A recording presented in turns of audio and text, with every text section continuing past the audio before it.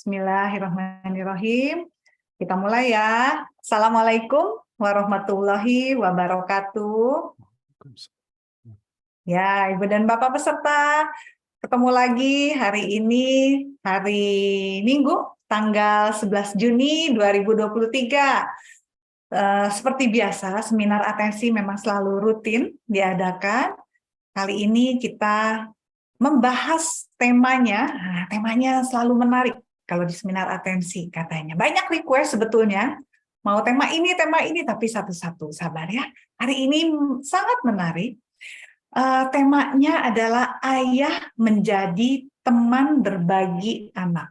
Aduh, kenapa nih ya sampai diambil materi ini, gitu ya? Sebetulnya banyak sekali yang minta DM ke Instagram Atensi Anak Remaja. Memang satu kekhawatiran besar, karena isu terbesar kali ini mungkin Ibu dan Bapak peserta juga banyak membaca di media sosial bahwa Indonesia menjadi peringkat ketiga sebagai negara fatherless terbesar di dunia. Waduh, luar biasa ya.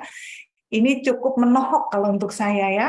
Luar biasa, dengan negara yang katanya ramah, dengan negara yang katanya tepos seliro gitu ya, paling ramah.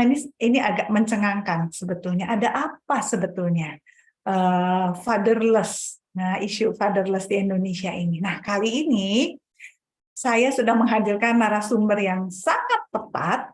Nah, Ibu dan Bapak hari ini mau ditemani oleh narasumber dengan, saya panggilnya Mas karena masih muda. Ini muda banget nih ya.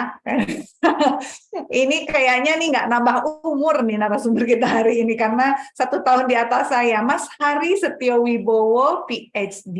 Beliau sebagai psikolog. Saya panggil dulu ya. Assalamualaikum Mas Hari, selamat sore. Waalaikumsalam. Sore Pak. Aduh, Nah, ini lama dia. tidak ketemu kita ya. Iya, alhamdulillah yang sehat ya Mas Hari ya. Alhamdulillah. Ya, terima kasih Mas Hari. Ya, Posisi di Bandung kan? di Bandung. Nah, ini dia.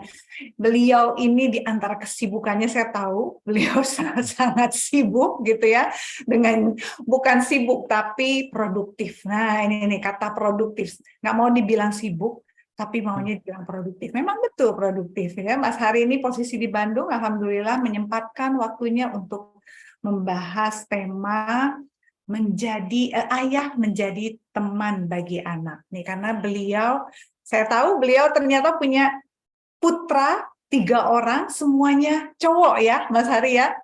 Ada yang remaja, ada yang masih kecil, jadi dinamikanya seperti apa gitu. Nanti boleh kalau Mas Hari ada foto-foto yang mau di-share, juga cerita, monggo silahkan. Ini saya senang juga nih Mas Hari hari ini karena temanya ayah. Pesertanya banyak bapak-bapak ternyata hari ini. Iya. Bahkan ada bapak-bapak yang sedang ngopi tadi. Iya. Kang Denny. Senang juga nih. Alhamdulillah. Kopinya masih Kang Denny? Hati-hati, kopinya masih panas, Pak. Alhamdulillah. Mungkin di beberapa Bapak dan Ibu peserta di sini ada yang sudah kenal dengan Mas Hari, mungkin ada juga beberapa yang belum kenal. Mohon izin nih Mas Hari ya, saya kenalin dulu nih ya, Mas Hari ya. Oke, kita kenalin dulu nih. Mas Hari itu siapa sebetulnya nih? Nah, ini dia. Oke, sudah muncul? Udah muncul belum ya? Mudah-mudahan udah. Nah, sudah ya. Saya tadi bilang, Mas Hari ini luar biasa produktifnya, gitu ya. Nah, Mas Hari Setiowibowo ini saat ini sebagai dosen di Fakultas Psikologi Universitas Padjadjaran. Juga sebagai Kepala Studio Pembelajaran Psikologi Berkelanjutan di Fakultas Psikologi Universitas Padjadjaran. Juga beliau sebagai Academic Leader Psychological Intervention Working Group Fakultas Psikologi Universitas Padjadjaran, dan ini pastinya yang membuat Mas Hari warawiri ke sini. Beliau sebagai Ketua Pengurus Wilayah HIMSI Indonesia. Alhamdulillah. Ibu dan Bapak, hari ini saya mempertemukan Mas Hari ini dengan Ibu Bapak peserta. Jadi jangan sia-siakan kesempatan hari ini Ibu dan Bapak peserta bertemu dengan Mas Hari. Monggo siapkan pertanyaan. saya yakin Mas Hari ini sulit sekali dicari, sulit sekali ketemu. Monggo disiapkan jika nanti ada pertanyaan yang mau disampaikan. Yuk kita kenalan lagi. Nah, ini banyak sekali kurs atau pelatihan yang sudah diambil oleh beliau. Ini sih hanya sebagian, saya yakin ya, kayaknya kalau ditulis sih enggak, nanti habis sampai maghrib nih Mas Hari kalau saya bacakan. Beberapa pelatihan yang sudah diambil, certified oleh Mas Hari, ada Emotional Freedom Technique, Systemic Hypnotherapy, Music Therapy, Solution Focus Therapy, Cognitive Behavioral Therapy, Psychodynamic Psychotherapy, Family System Therapy, Integrative Psychotherapy, kemudian ini mungkin beberapa yang sudah ini mungkin ya sebagai terfasilitasi oleh Mas Hari ya, Mas Hari ya. Ya. Nah, Sebagai jadi cowok panggilan, sebagai cowok panggilan. sebagai cowok on call ya. Ini adalah beberapa partner yang memang Mas Hari ini sudah banyak dikenal di beberapa organisasi, di beberapa perusahaan, di beberapa komunitas. Ini adalah yang sudah banyak menggunakan jasa Mas Hari ini. Ini juga hanya beberapa dituliskan di sini, ada Badan Pengawasan Keuangan dan Pembangunan, Badan Pemeriksa Keuangan, ini banyak sekali ya, Kementerian Perdagangan, Kementerian Bappenas, Lembaga Ketahanan Nasional. Wah, luar biasa. Mas Hari walaupun ada di Bandung, tapi namanya sih kedengeran kemana-mana ini. Nah, ini juga lembaga-lembaga yang banyak menggunakan jasa beliau, hampir di semua wilayah ya di Indonesia ya, ada UNSU, Universitas Sumatera Utara, Andalas, Universitas Negeri Padang, Jambi. Ini bener ya Mas Hari on call berarti ya, siap dipanggil mana aja kayaknya nih. Cowok panggilan. Cowok panggilan. Siang malam tunggu panggilan. Benar-benar. ITB, ITM, Telkom University, IAIN, Ambon pun beliau bersedia untuk terbang. Jadi monggo Ibu dan Bapak, kalau mau memerlukan jasa Mas Hari, nanti mungkin kontaknya, karena nggak ada nih di sini Mas Hari, kalau mau ketemu Mas Hari kemana nih? Sepertinya nggak ada. Nanti mungkin Mas Hari bisa share ya, Mas Hari ya. Mangga. Mana nih kalau nyari? Karena kalau nyari di Atensi susah. Saya di Jakarta, Mas Hari di Bandung. Oke, iya. Nah, Mas Hari, nih di antara kesibukannya nih, saya tahu Mas Hari super duper produktif gitu ya. Memang produktif sekali. Ada salah satunya sebetulnya saya nggak tahu biro konsultasi atau apa namanya ya, partner. Ya, Betul kantor. nggak, Mas Hari? Ya, kantor konsultan yang saya Oh, dirikan. kantor Ya. konsultan. Artinya nih CEO-nya langsung Mas Hari dong? Bukan. Oh, bukan. Bukan. Saya sudah tidak mengelola direkturnya itu istri saya, tapi managing partnernya atau CEO-nya itu partner saya. Oh, Adik kelasmu, Andi Werianto. oh, iya Mas Andi. Iya, dia CEO-nya. Jadi Mas Hari di situ sebagai apa? Founder. Saya pendiri sama. Oke, founder. Saya mau ngenalin dulu nih tentang partner Inc ini sama teman-teman karena ini bagus sekali. Mungkin di sini nanti ketemu kontaknya kemana ya. Mohon izin nih saya untuk share. Kita kenalan dulu partner Inc di bawah founder Mas Hari Setio Wibowo ini apa sebetulnya? Oke, kita lihat sama-sama ya.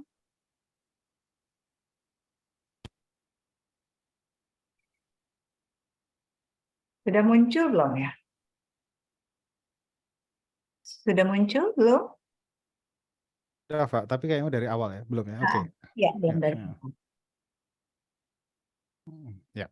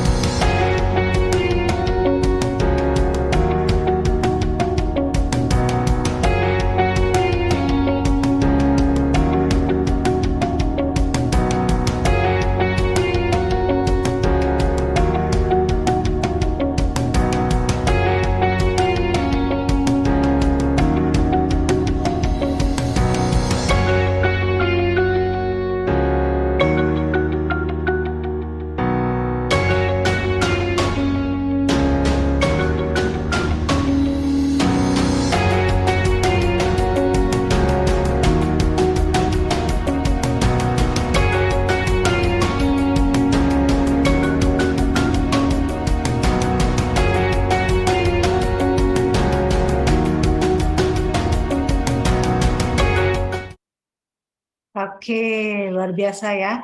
Jadi Partner Inc. ini sebetulnya ada di Bandung ya, Mas? Di Bandung, di Jalan Siliwangi, di Oke, belakangnya McD Simpang. saya lupa ingat. Iya, Wangi McDonald. Jadi yang saya tahu nih, Partner ini bagus banget sih. Partner ini berdiri sejak 2017 dan sebagai consultant agency ya. Lokasinya betul di Bandung, daerah Simpang Dago, betul ya, Mas? Ya, Jalan Siliwangi, ya. Nah, betul-betul. Jadi awalnya dibentuk tahun 2006 ini sebetulnya bertujuan untuk mengembangkan sebentar, saya mau lihat dulu nih ke skip. Untuk mengembangkan wadah untuk saling belajar, berbagi, dan menebar manfaat bagi individu dan organisasi. Jadi ini pelayanannya untuk individu maupun organisasi atau komunitas atau lembaga gitu ya, Mas Betul, Arya. betul. Kemudian ini berbentuk CV Performa Prima Mitra Tama atau yang sekarang lebih dikenal sebagai Partner Inc. Kliennya banyak banget nih, saya nggak paham nih, mencakup B2B dan B2C. Jadi ada organisasi, perusahaan, NGO, agensi pemerintah, dan untuk layanan learning development. Kemudian human resources development dan assessment. Kemudian untuk B2C-nya, bekerjasama dengan berbagai edtech platform untuk mengembangkan materi pembelajaran digital. Oke, artinya ini bisa menjangkau wilayah-wilayah di luar Bandung juga ya, Mas Hari ya? Ya, kami biasa bikin video training atau bikin learning system di beberapa perusahaan maupun instansi ya. Oh, oke, keren banget nih. Ini saya lihat juga yang bergeraknya di situ masih pada muda ya. Tadi saya lihat ada Mas Andi ya. Saya paling tua. Wah, jangan suka begitu. Nah, bagi yang membutuhkan untuk Partner Inc. ini, boleh itu lembaga, organisasi, komunitas, maupun layanan individu, monggo silahkan bisa WhatsApp atau telepon ke Mbak Inge ya, Mas Hari ya, Ya. di 081 22492 7693. Sekali lagi, bagi yang membutuhkan Partner Inc., seperti yang tadi layanannya banyak sekali ada di video, bisa individual maupun lembaga, bisa ke telepon atau WhatsApp 081 224 92 7693. Luar biasa nih. Tapi berarti Mas Hari juga involved di situ kan, Mas Hari kan? Ya, untuk beberapa hal.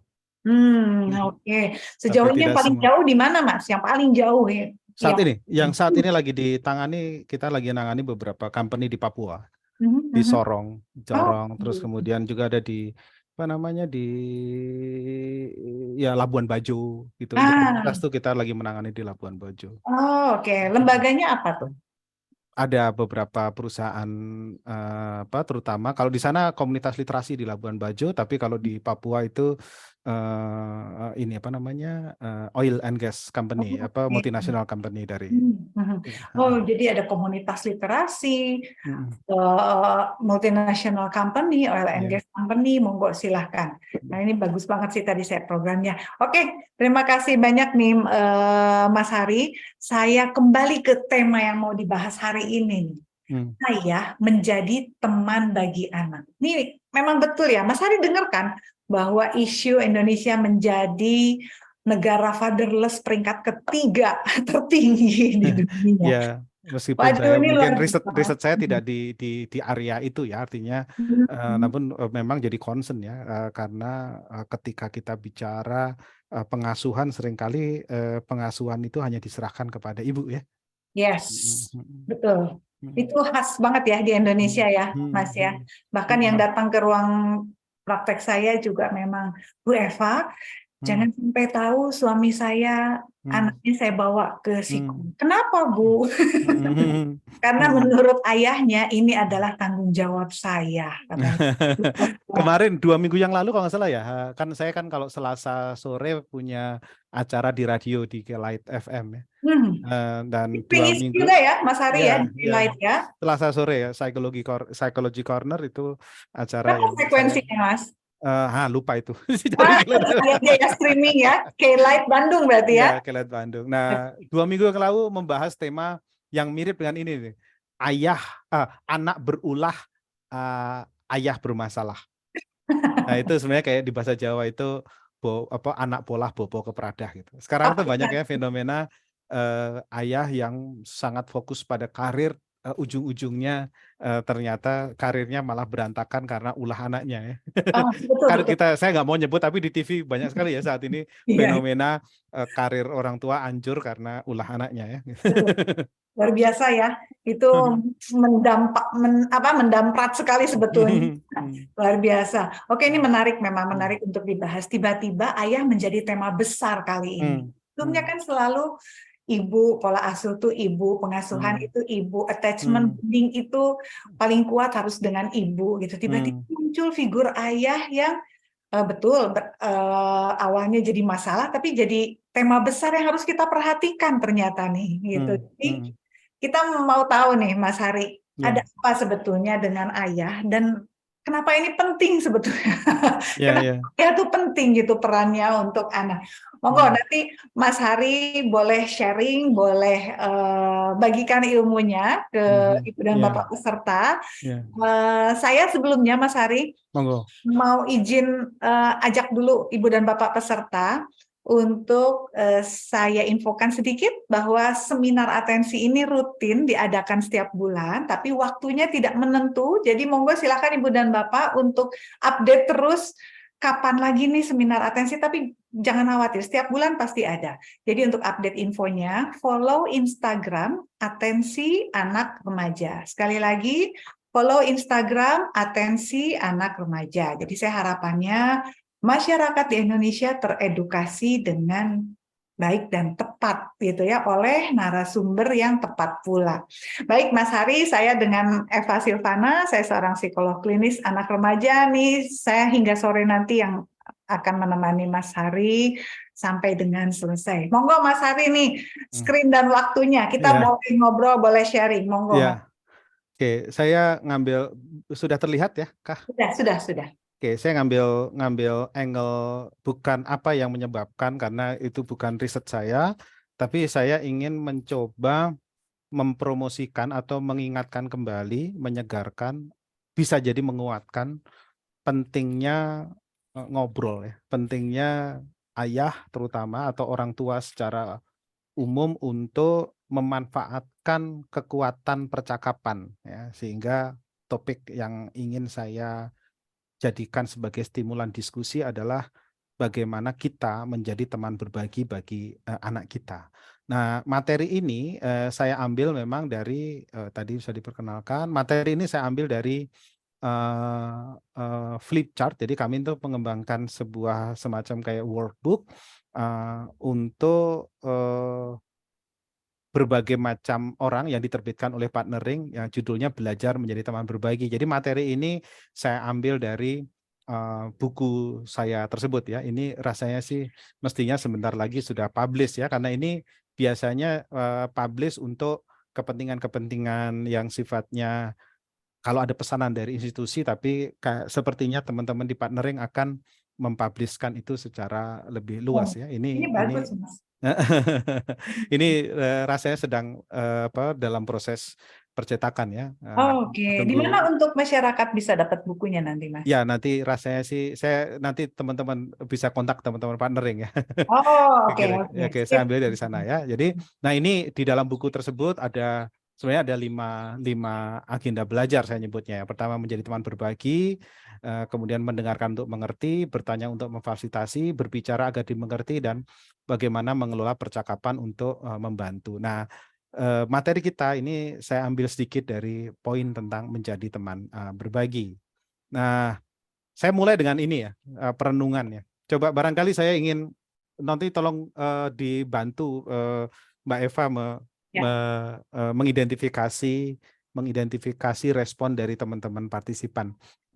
Mohon ditulis di pertanyaan pertama ya. Kira-kira apa yang terjadi kalau entah atas nama kasih sayang, entah atas nama kita orang tua yang santai gitu ya. Kalau anak itu dibiarkan apapun yang dilakukannya itu kita izinkan ya. Pokoknya dibiarkanlah, terserah lu mau apa. Silakan ditulis apa ya kira-kira yang terjadi. Tolong Ya, dibantu dibacakan ya Mbak Eva. kolom chat ya. Ayo Di Ibu kolom dan chat. Bapak, yuk.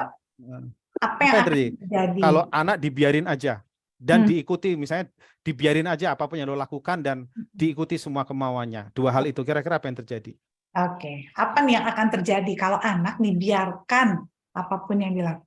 Nih Mas, dari Bu Apa? Sofi menjadi anak manja Jadi katanya. anak manja, ya, ya, ya, Atau Bu ya, ya. Heni tidak bisa membedakan baik dan buruk. Nah, kalau Hmm. dibiarkan begitu ya. Tidak Hmm. punya kontrol diri dari Bu Nur Hmm. saya. Dari Hmm. Bu Dian, merasa semua yang dilakukan benar. Yes. Ya. Oke, tidak Tidak bisa bisa mandiri. mandiri Oh, katanya. mandiri. Ya, Bu ya. Sofia kurang usaha ketika ingin sesuatu, selalu harus Hmm. bisa. Betul, Ya, betul. ya, ya, ya, ya, betul. Jadi ya begitulah. Kadang-kadang orang tua itu atas nama kasih sayang itu ketika anak minta dengan modal nangis gitu, dikasihlah itu, atau Hmm. dengan modal berulah gitu, itu Hmm. dikasih lah gitu ya.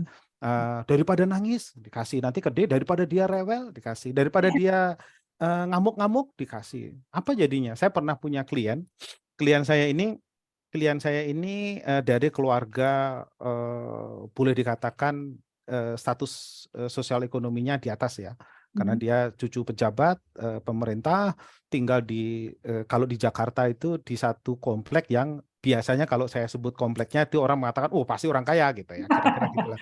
Nah, dia itu pada waktu konsultasi ke saya itu usianya itu hampir 30 tahun ya, Hmm. sekitar 28-29 tahun. Dia pintar sekali, menguasai 5 bahasa dan penulis buku.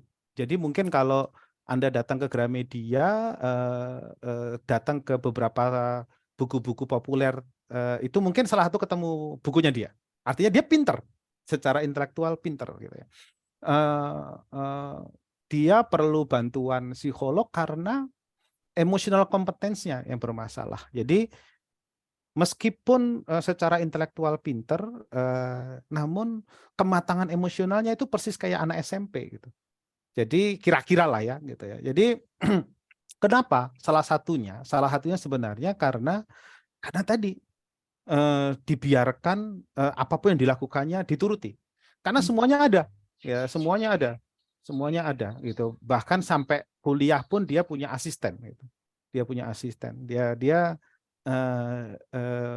ketika orang tuanya dia menjadi masalah ketika orang tuanya sudah pensiun dan kemudian mau nggak mau dia harus mandiri, bahkan ketika orang tuanya sakit-sakitan dia mulai kerepotan karena secara keluarga pun juga sudah dibebani dengan pajak yang tinggi sekali dan segala macamnya, dan dia tidak siap untuk masuk ke, kalau dalam psikologi itu kan ada namanya perkembangan sosio-emosional ya, gitu ya. Jadi dia belum siap masuk ke wilayah membangun hubungan intim misalnya dengan pasangan dan segala macamnya. Itu salah satu yang saya pelajari, saya belajar betul bahwa ternyata ketika anak itu dibiarkan apapun yang dilakukannya dan diikuti semua kemauannya, dia betul kayak tadi, dia nggak punya kendali. Dia bahkan tidak belajar berjuang untuk mendapatkan itu gitu ya. Yang seringkali yang muncul juga begitu nih, Ibu dan Bapak bisa melanjutkan nih. Kalau misalnya tidak diikuti semua kemauannya, tetapi ini yang paling sering muncul nih saat ini yang saya sering temukan nih. Ketika semua masalah anak kita ambil alih, kita tangani agar anak kita itu nggak dapat masalah gitu. Jadi contoh misalnya ketika anak punya masalah dengan tugas belajarnya, kita selesaikan PR-nya. Anak punya tugas dari gurunya mencari sesuatu, ya kita yang heboh mencari gitu. Ketika anak punya masalah dengan temannya, kita yang turun tangan gitu. Apa yang terjadi ketika anak kita ambil alih semua masalah yang dihadapi? Silahkan, barangkali Ibu dan Bapak juga pernah punya pengalaman melihat teman atau Ibu dan Bapak sendiri melakukan itu ya. Nah, Apa yang terjadi kalau kita mengambil alih masalah yang dihadapi oleh anak kita? Silahkan Bu, ditambahkan tulisannya. tuliskan Mbak. lagi di kolom chat.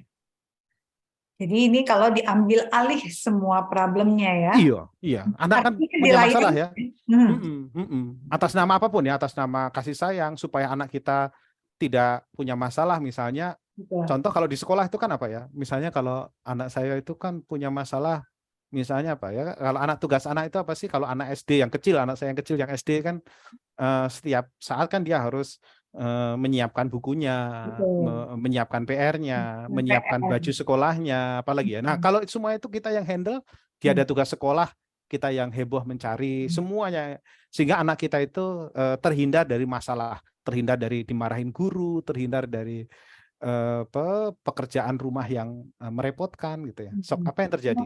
Nah, Karena ini sangat udah sering itu. masuk nih. Udah masuk nih. Empatinya kurang, kata Bu Hamidah. Empatinya kurang. Terus apa lagi? Bersikap semaunya. Kalau Bu Sri Maunya sih. kan ya anak jadi nggak bisa adaptasi kalau ada Hmm, kesulitan. Kata Pak hmm, Widaro nggak mandiri. Bu hmm, Susi motivasi dirinya rendah. Bu Nanik hmm. makin malas berpikir, malas bergerak. Punya solusi bagi masalahnya sendiri. Iya, iya, iya, iya, Bu iya, iya. Sundari, mereka akan jadi anak manja. Betul. Bu Baidawi tidak bisa menghargai. Itu sering kali muncul. Iya. Kemampuan Hmm, anak tidak berkembang, daya juangnya lemah. iya. Ini ada yang Wah, Pak ini Stefanus nih. pakai konsep ini Bang Stefanus nih. Oh, sudah resilient. Bu Ya, Nurja akan down jika suatu saat ortunya sudah tidak ada. betul, betul. Ya, saya pikir saya setuju ya gitu. Nah, dan itu sering kali yang terjadi ya Ibu dan Bapak, gitu ya. Itu sering kali terjadi loh. Karena kadang-kadang atas nama kita nggak tega, atas nama kasih sayang, itu kita ambil alih semua masalahnya. Padahal kita tahu gitu ya, masalah itulah yang akan membesarkan dia. Masalah itulah yang membuat dia akan menjadi tangguh, kata Bang Stefanus ya, membuat jadi resilience gitu. Masalah itu yang kita tahu kan, apa yang membuat kita ada hal-hal dalam hidup ini yang belajarnya kita nggak bisa dari dengerin. Ada banyak hal dari hidup ini yang belajarnya nggak bisa dari membaca atau menonton. Ada banyak hal dari hidup ini yang belajarnya dengan kita mengalami langsung gitu. Jadi hati-hati ibu dan bapak ketika mengambil alih masalah anak kita.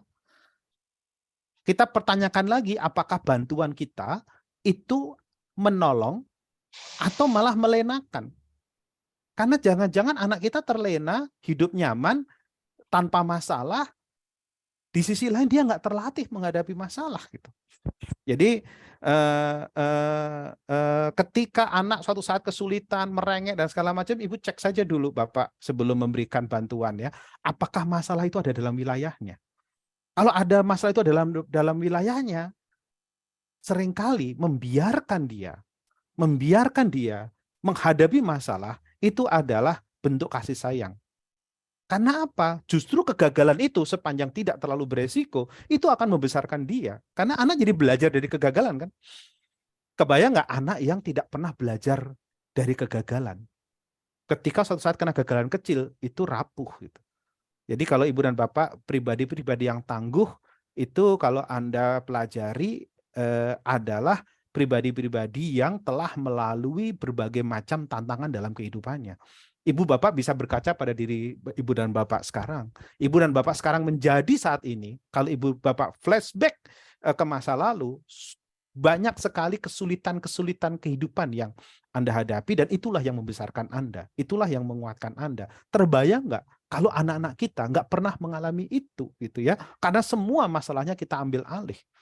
Jadi karena saya melihat fenomena itu, beberapa hal saya bilang ke anak saya, ada hal-hal yang ayah akan biarkan kamu mengatasinya sendiri. Termasuk kamu bertanggung jawab atas pilihan resiko kamu. Jadi contoh misalnya, saya pernah berdiskusi dengan guru di sekolahnya anak saya. Dia tanya, Pak, anak Bapak ini beberapa kali datang ke sekolah dengan baju yang tidak disetrika, gitu ya. Itu kenapa ya Pak? Gitu. Apakah di rumah nggak ada yang menyetrikakan? Ya, baju sekolah dia yang nyoklah dia sendirilah, saya bilang. Jadi ada yang menyetrikakan, tapi untuk baju sekolah dia yang harus menyekolahkan sendiri. Kalau kemudian dia nggak rapih, ibu tegur saja. Kalau memang perlu dimarahi, ya marahin saja Bu, gitu ya. Karena itu berarti dia tidak melakukan kewajibannya. Seringkali anak-anak saya ditegur karena ketinggalan bukunya, ketinggalan PR-nya. Atau malah mengerjakan PR nggak selesai. Pak, ini kok anaknya nggak didampingi ya kalau belajar? Maksudnya didampingi seperti apa? Kalau didampingi saya ada di sampingnya dan kemudian ikut mengerjakan PR-nya, ya tidaklah. Saya juga punya banyak pekerjaan gitu ya. Dia belajar, tapi kalau ditemani belajar, dia di ruangannya dia saya juga bekerja, iya gitu, kita belajar bareng. Kadang-kadang kalau akhir pekan pun saya ngafe bareng, dia ngerjakan PR, saya ngerjakan pekerjaan saya.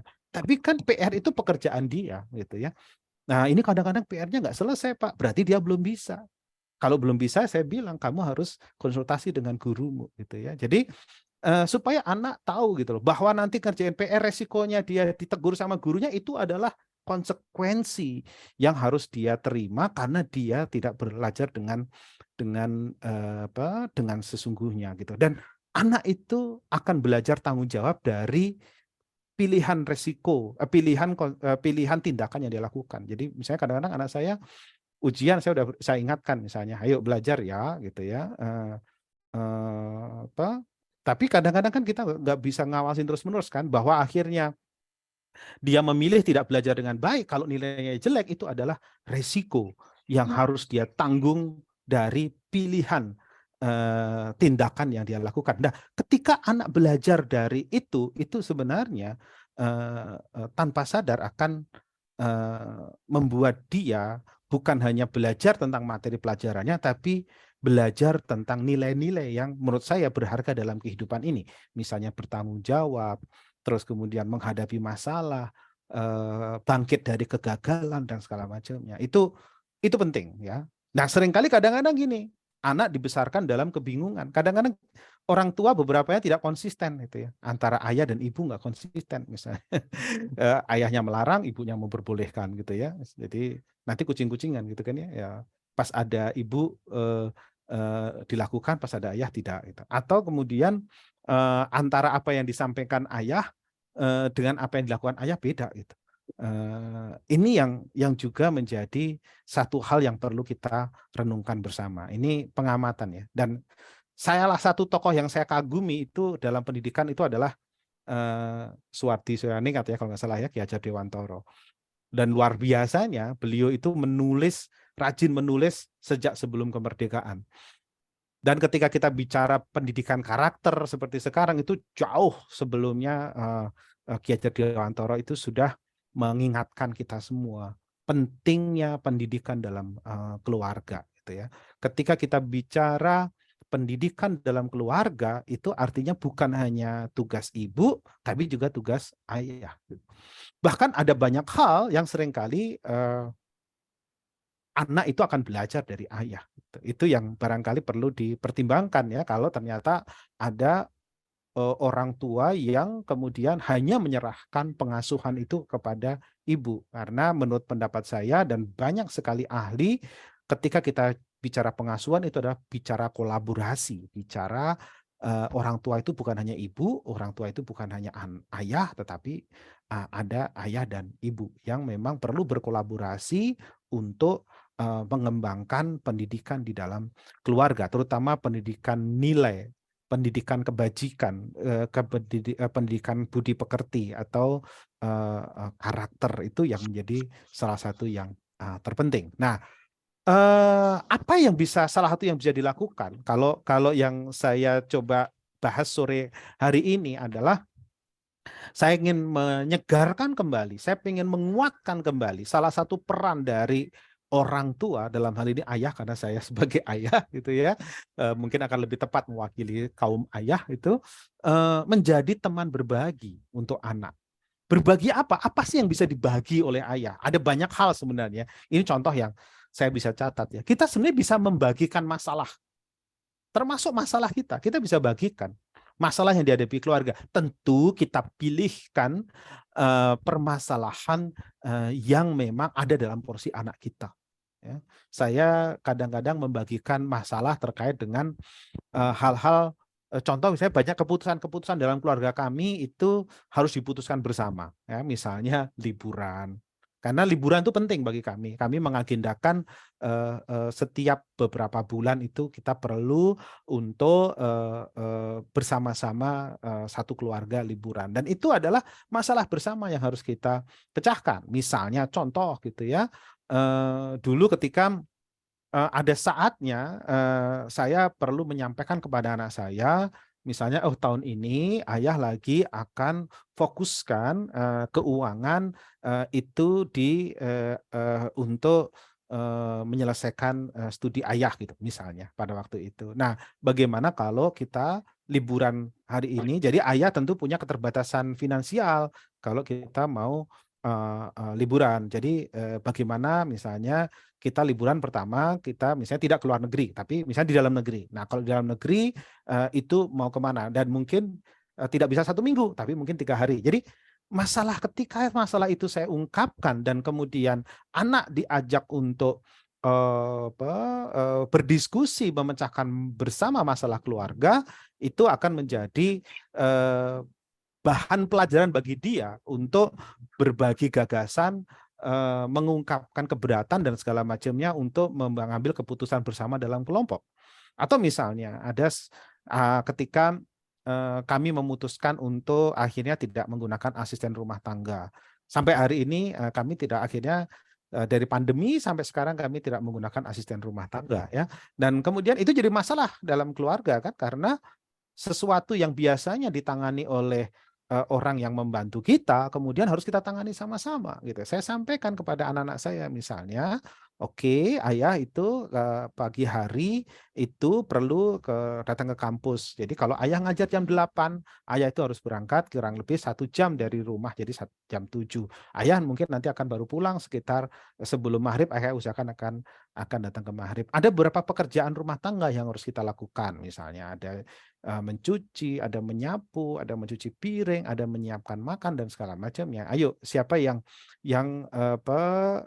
bertugas melakukan ini? Akhirnya semuanya saling share. Jadi akhirnya sekarang anak saya itu ada yang spesialisnya nyuci piring, itu tanggung jawab dia. Ada yang kemudian nyapu, ada yang kalau yang paling kecil itu tuh dia tugasnya lebih ringan karena masih TK. Dia kewajibannya adalah memastikan lampu dinyalakan, lampu dimatikan, jendela ditutup, pintu terkunci, dia harus memastikan itu sebelum tidur dan beberapa hal lain ya. Misalnya memberikan makan anak saya yang paling kecil itu tugasnya misalnya memberikan makan hewan-hewan peliharaan kami yang di dalam rumah, misalnya ada kucing dan segala macamnya. Nah, itu adalah masalah yang kita share. Kita juga bisa berbagi perhatian, kita bisa berbagi pemikiran, kita bisa berbagi perasaan kita, gitu ya. Bahkan kita bisa berbagi harapan. Nah, yang nggak kalah pentingnya adalah berbagi kisah, berbagi cerita. Ini salah satu favorit saya yang saya dapatkan dari orang tua saya, karena saya itu dulu dibesarkan di dalam lingkungan Jawa yang cukup kental. Ayah saya itu menanamkan nilai-nilai kehidupan itu melalui tembang dan kisah gitu. Jadi sebelum tidur itu ayah saya biasanya menembangkan beberapa tembang mocopat yang akhirnya setelah dewasa saya tahu beliau ambil dari Wedotomo, beliau ambil dari Wulangreh, dan kemudian dia tembangkan dan kemudian dia maknakan. Seringkali beliau juga bercerita tentang karena ayah saya itu meskipun petani, beliau itu adalah sarjana ilmu sejarah. Jadi sangat suka menyampaikan kisah, baik kisah pewayangan maupun kisah-kisah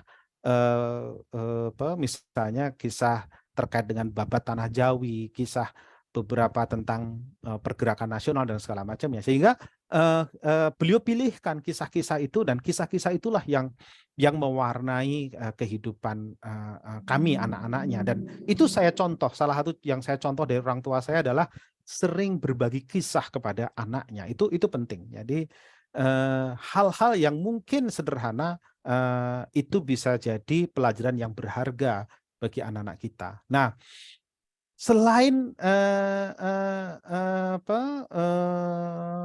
itu kita juga perlu tahu kenapa kok orang tua perlu jadi teman berbagi. Sebenarnya apa sih manfaatnya? Apa manfaatnya bagi anak kita? Ya, jadi ketika kita berbagi apapun tadi yang saya sebutkan, sebenarnya menjadi teman berbagi itu juga menjadi orang yang membantu orang lain belajar. Kalau kita menjadi teman berbagi bagi anak kita, sebenarnya kita membantu anak kita untuk belajar. Ya, belajar melalui kisah, belajar melalui masalah, belajar melalui diskusi, belajar melalui banyak hal ya, gitu ya. Dan memfasilitasi pengembangan kualitas diri dan orang lain. Menjadi teman berbagi kita juga harus jangan sampai berbagi itu malah melemahkan, tapi sebaliknya berbagi itu mestinya menguatkan ya. Karena kita harus juga bisa mengendalikan diri agar apa yang kita tidak semuanya perlu kita berikan, tidak semuanya perlu kita suapi gitu ya. Kita perlu bisa memilih apa yang kita bagi ya. Jadi seringkali kita bertanya itu bisa jadi lebih menginspirasi daripada menasihati misalnya. Seringkali justru malah mendiskusikan masalah itu akan membuatnya dia menjadi berkembang dibandingkan terus-menerus menyediakan solusi. Itu yang barangkali perlu dipikirkan. Nah, ini untuk diskusi kita ya. Jadi sebagai teman berbagi dari beberapa pengalaman saya dan akhirnya saya mengembangkan satu model percakapan yang saya sebut sebagai helping conversation model. Jadi menjadi teman berbagi ini saya adaptasi dari model yang saya kembangkan itu. Awalnya sebenarnya ini risetnya dari riset antara relasi antara atasan dan bawahan. Ini riset S2 saya ketika saya mengembangkan performance improvement conversation. Jadi percakapan untuk meningkatkan kinerja. Jadi awalnya settingnya sebenarnya ini setting di perusahaan. Saya melatih para manajer untuk mengembangkan percakapan meningkatkan kinerja perusahaan ya. Nah, kemudian dikembangkan di perguruan tinggi untuk para dosen dan untuk kemudian di sekolah untuk para guru bagaimana memanfaatkan percakapan untuk meningkatkan prestasi anak. Nah, kemudian saya akhirnya singkat cerita dari tahun 2013 sampai sekarang dimanfaatkan di berbagai macam setting. Nah, dari model ini ketika kita mau belajar menguatkan diri menjadi teman berbagi yang lebih efektif, ada 3 hal yang saya promosikan. Pertama adalah prinsip.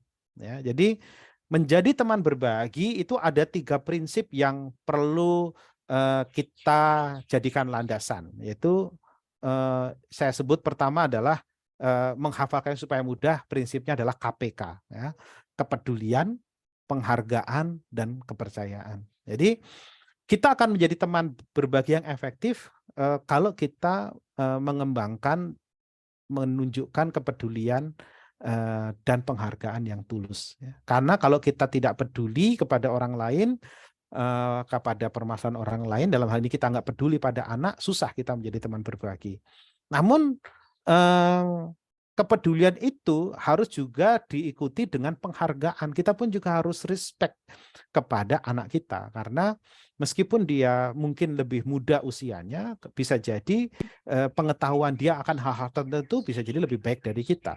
Di sisi lain dia juga pribadi yang berbeda, yang perlu juga kita hargai bahwa dia punya pemilihan yang mungkin berbeda. Jadi penting kita menunjukkan respect. Nah, itu tantangannya karena seringkali orang tua inginnya dihargai namun tidak sedia menghargai. Inginnya dipedulikan, diperhatikan tapi enggan untuk juga mempedulikan. Nah, berikutnya adalah kepercayaan. Itu penting. Kita dapetin kepercayaan anak itu sekarang nggak mudah ya.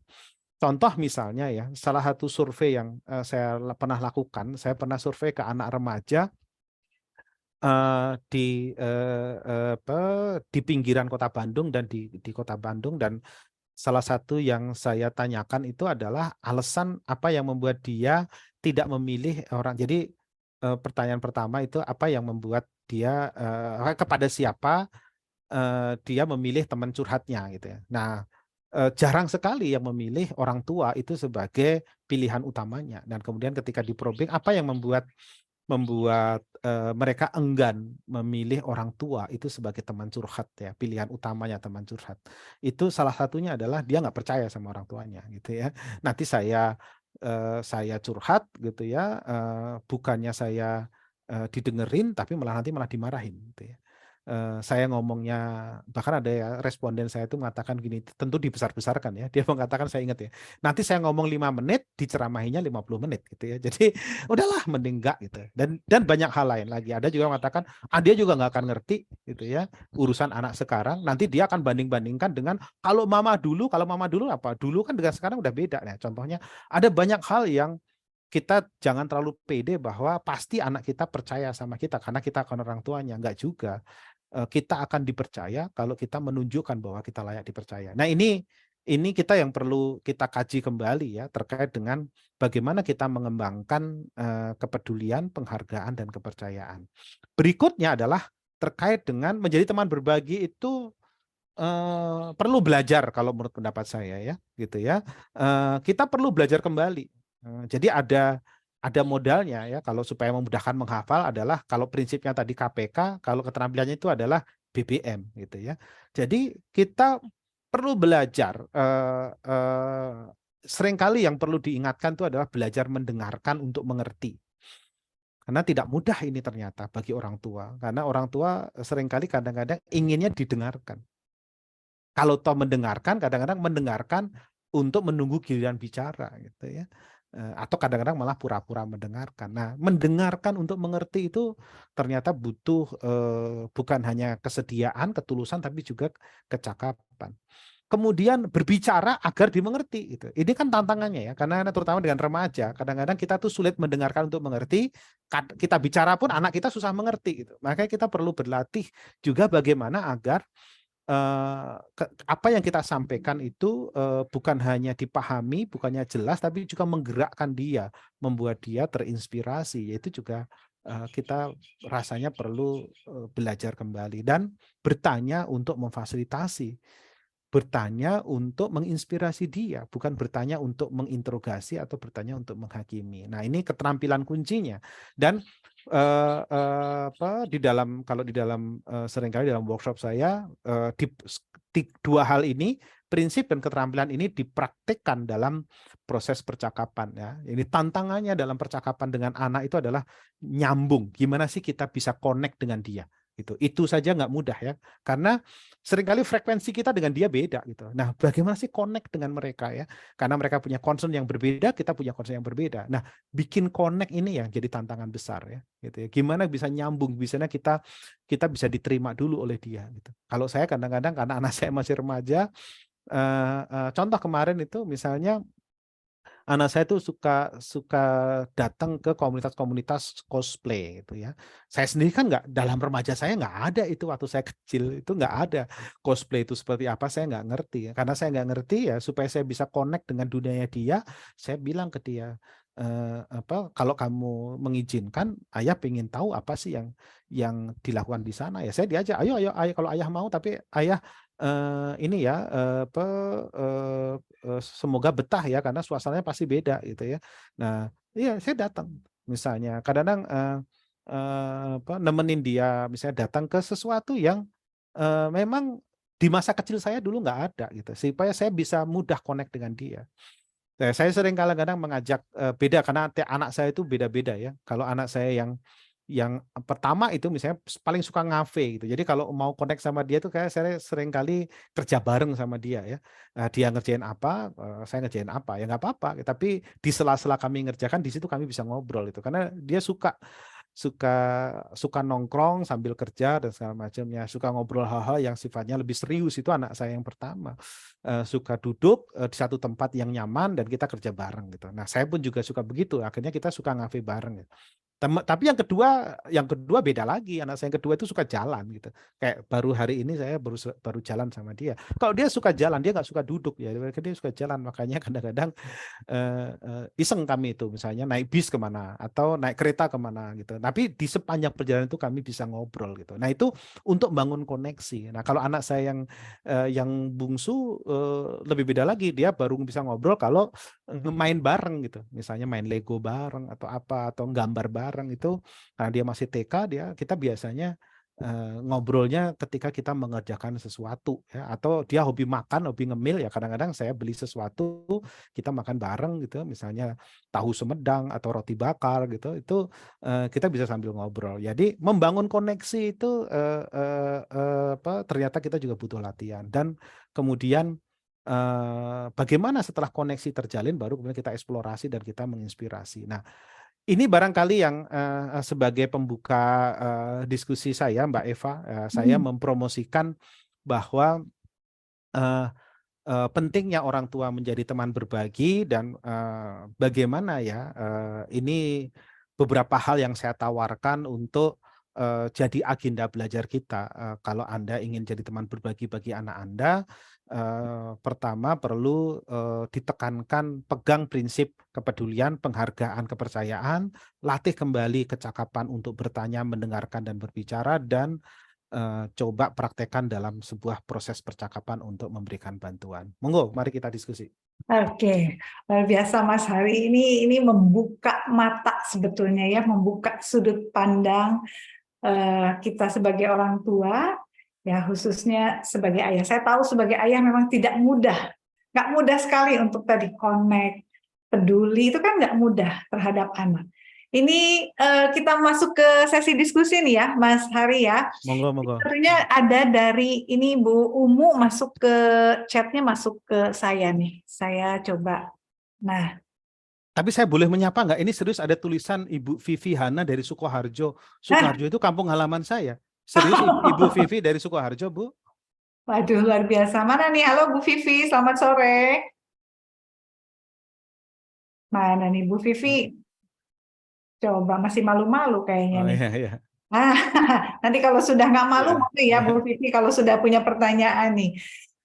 Mas Hari, ini ada pertanyaan Monggo, dari monggo. Ibu Umu. Katanya bagaimana cara mengajak suami, nah berarti yang hadir di sini ibunya pasti ya, istrinya. Bagaimana cara mengajak suami agar terlibat dalam pengasuhan anak? Karena suami sudah terlalu lelah bekerja, jadi kalau di rumah pengennya tinggal istirahat. Ini fenomena ini banyak sekali di Mas Hari. Nyampe rumah tidur gitu.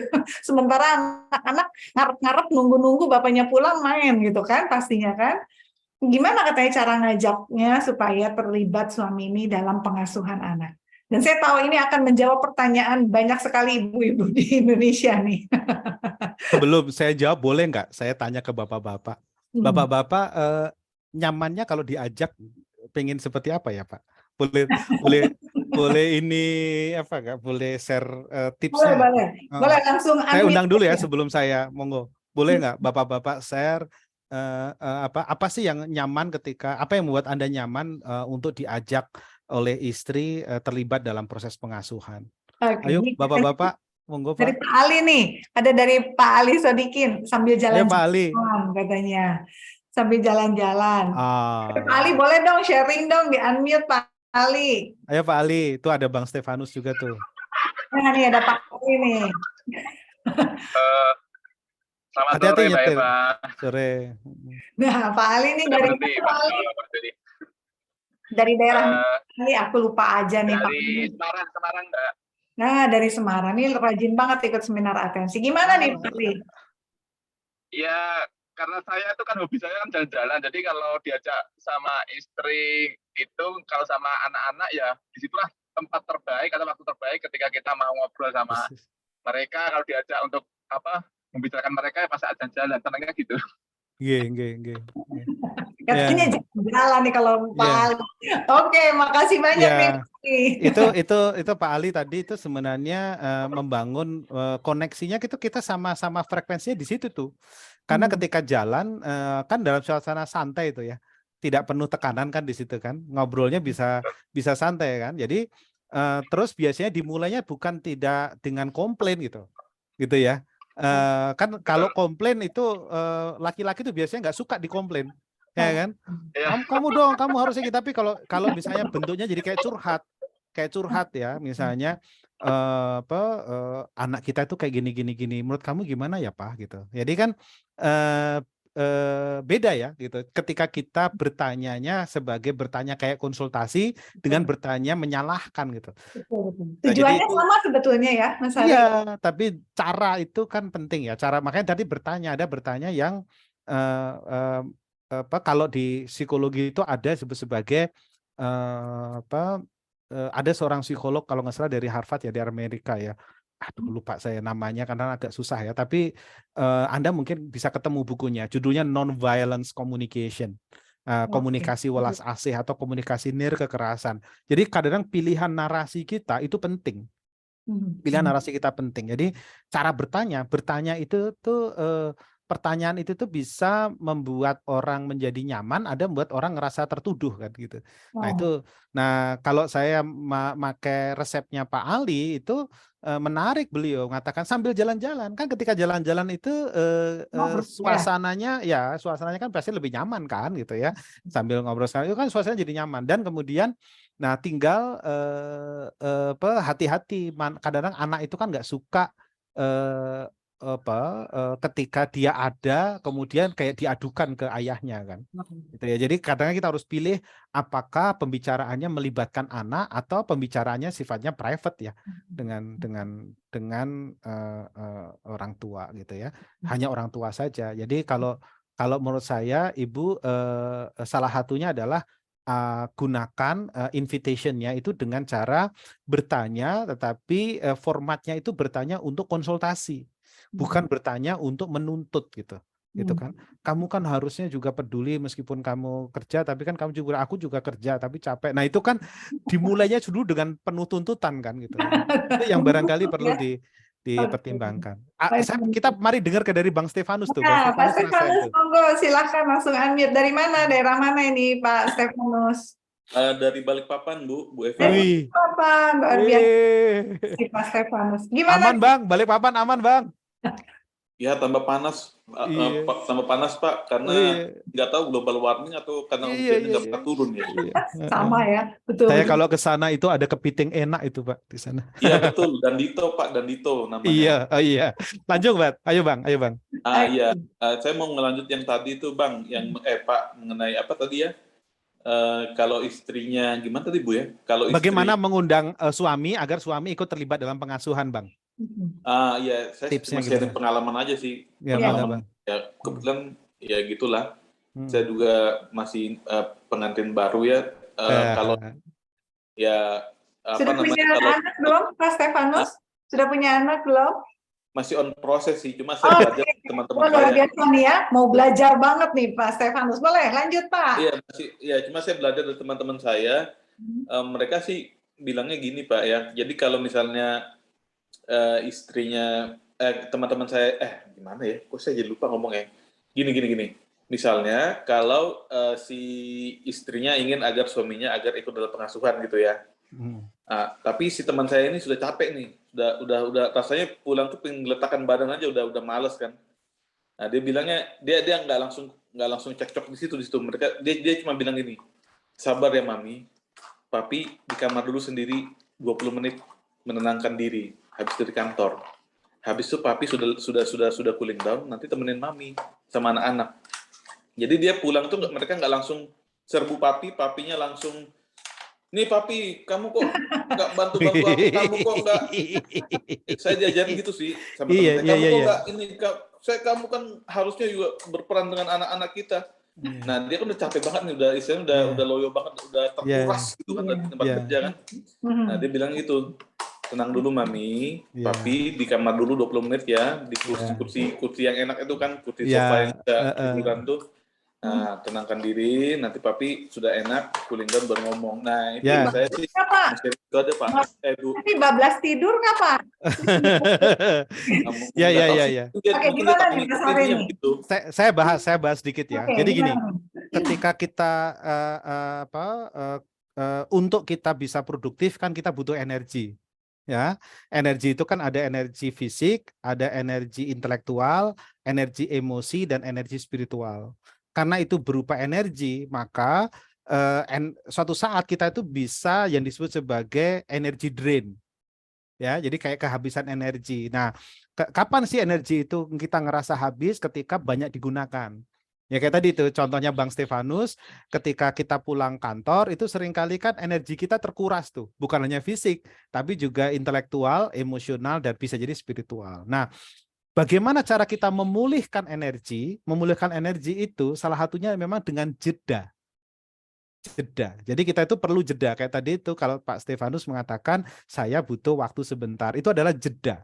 Jeda supaya kita bisa memulihkan energi. Makanya memang penting sih Pak, sebelum kalau bisa memang sebelum pulang itu kalau bisa ya masalah di kantor ditinggal di kantor misalnya gitu atau apa ya, karena memang jangan sampai keluarga kita itu mendapatkan hanya sisa-sisa energi kita, dan kita perlu pinter-pinter bagaimana memulihkan energi gitu ya. Memulihkan energi. Jadi perlu membiasakan gitu ya, membiasakan bagaimana kita saling memulihkan energi. Salah satu misalnya tadi energi emosional. Memulihkan energi itu selain dengan jeda adalah kita memberikan asupan kan. Memberikan asupan energi. Nah, energi emosi itu asupannya kadang-kadang sederhana loh. Pertama, perhatian. Perhatian itu adalah asupan energi emosi. Kebayang nggak kalau kita pulang kita nggak dapat perhatian, gitu ya? Itu lelah, semakin lelah itu emosionalnya, gitu ya. Jadi kadang-kadang hal kecil, perhatian kecil ya. Misalnya kalau memungkinkan kita sediakan minuman atau kita tawarkan apa, atau kita mulai dengan cerita-cerita lucu atau apapun gitu ya. Nah, kalau istri saya itu suka sekali mengirimkan foto-foto kelakuan anak saya itu. Jadi dia memulai dengan kelucuan dulu gitu ya. Misalnya baru kemudian setelah itu ngobrol masalah gitu. Karena kita butuh asupan dulu ya, butuh asupan. Perhatian, penghargaan, hal kecil ya, terima kasih dan segala macamnya. Itu penting ya. Dan ini nih kegembiraan. Jadi kadang-kadang bersyukurlah kalau punya pasangan yang jahil, tukang humor, karena dia itu ngasih energi emosi yang namanya kegembiraan. Hal-hal kecil itu tuh penting ya, karena makanya kalau saya beruntung, kadang-kadang istri saya itu suka menyiapkan. Kalau saya pulang itu kadang-kadang anak saya itu disuruh ngasih kejutan. Jadi yang ngebukain pintu itu bukan istri saya, tapi anak saya. Kamu kagetin, gitu, ayah, gitu. Terus kemudian hal-hal kecil itu memang perlu dilakukan. Terus misalnya saya kan suka air kelapa itu, Bang Stefanus, saya itu suka air kelapa. Jadi kadang-kadang istri saya itu membelikan air kelapa dan ditaruh di kulkas gitu ya, dan kemudian nanti ketika saya pulang dari kantor misalnya, itu nanti yang ngasih anak saya yang paling kecil kan. Kalau yang paling kecil itu kan suka masih lucu-lucunya ya gitu kan, kebandelannya pun kadang-kadang kita juga maklumi. Jadi memang penting ya, tadi jeda yang juga adalah ibu kalau bisa sebelum masuk ke dalam percakapan yang lebih serius, mulailah dengan percakapan ringan atau small talk. Ya, percakapan ringan dulu, yang ringan-ringan dulu. Jadi yang ringan-ringan dulu, terus kemudian syukur, kemudian diselingi dengan unsur tadi itu ya, perhatian, penghargaan, dan kegembiraan gitu. Contohnya apa, Mas Ari, percakapan ringan? Percakapan ringan itu macam-macam ya. Percakapan ringan itu kalau sebut ringan itu bisa isu tentang family, tapi yang ringan. Cerita tentang kayak tadi misalnya, ya tadi si adik itu lari-lari tadinya gini, berulah kejedut deh dia, coba lihat tuh gitu ya. Jadi itu kan ringan, hal-hal kecil yang sebenarnya mungkin bisa membuka percakapan ringan. Isu ringan itu biasanya tentang family, tapi yang ringan-ringan ya, isu family atau isu tentang occupation, pekerjaan-pekerjaan, tetapi yang ringan, cari yang ringan. Gitu ya, kita kan bisa share apa yang kita lakukan tadi. Yang paling aman itu adalah tentang recreation ya, tentang hobi ya, tentang hobi. Misalnya kalau kami misalnya di keluarga itu kan hobi memelihara binatang ya, misalnya kami punya burung, kami punya ikan, kami punya kucing. Nah, kadang-kadang cerita tentang kucing kita gitu misalnya. Atau kami sama-sama suka nanam ya, kami nanam anggrek gitu, dia kadang-kadang cerita ya anggrek yang kemarin itu tuh akhirnya dia paling rajin loh, ini kayaknya kamu naruhnya tepat gitu. Nah, small talk itu memang kita perlu dikembangkan. Baru setelah itu masuklah ke, kalau toh memang bertanya yang sifatnya konsultatif, bukan pertanyaan yang isinya tuduhan maupun penghakiman. Woi, tuh banyak yang resen yang ingin sharing. Ayo, monggo. Di pelajarannya udah banyak nih Bang Stefanus nih dari Balikpapan. Mudah-mudahan bermanfaat. Tinggal ada Mbak Dian, ada Bang Baidowi, ada Pak Amirullah, ada Mas Budi, monggo. Oke, selamat. Mungkin saya. Oke, siapa nih? Budian ya. Budian, monggo. Budian dari mana ini? Iya, terima kasih. Saya dari Bondowoso. Dari Bondowoso. Panggil Kak Eva atau Kak Hari saja. Oke. Terima kasih Budian. Silakan. Iya, luar biasa. Sore ini saya bisa bergabung dan banyak hal yang yang bisa dipelajari. Namun saya bantu resen, tapi yang bertanya kali ini suami saya nih. Kemana suaminya Budian? Suaminya di sebelah saya, Baidowi itu. Oh. Kita belajar bersama ini. Itu tersangkanya itu, Mbak. Mas Baidowi tersangkanya. Ayo Mas, boleh. Monggo Mas. Ini Pak, ya terima Yang mana? Oh ini, Masya Allah. Jadi dua Assalamualaikum. silakan Pak Baidawi. Silakan. Terima kasih banyak, pembelajaran hari ini sangat berguna sekali buat saya. Mohon izin Bapak, saya ini seorang ayah yang profesinya Tentara. siap. Betul Pak. Bapak sudah ngerti bagaimana TNI identik dengan selalu kasar, keras, sampai ke bawah dalam mendidik anak.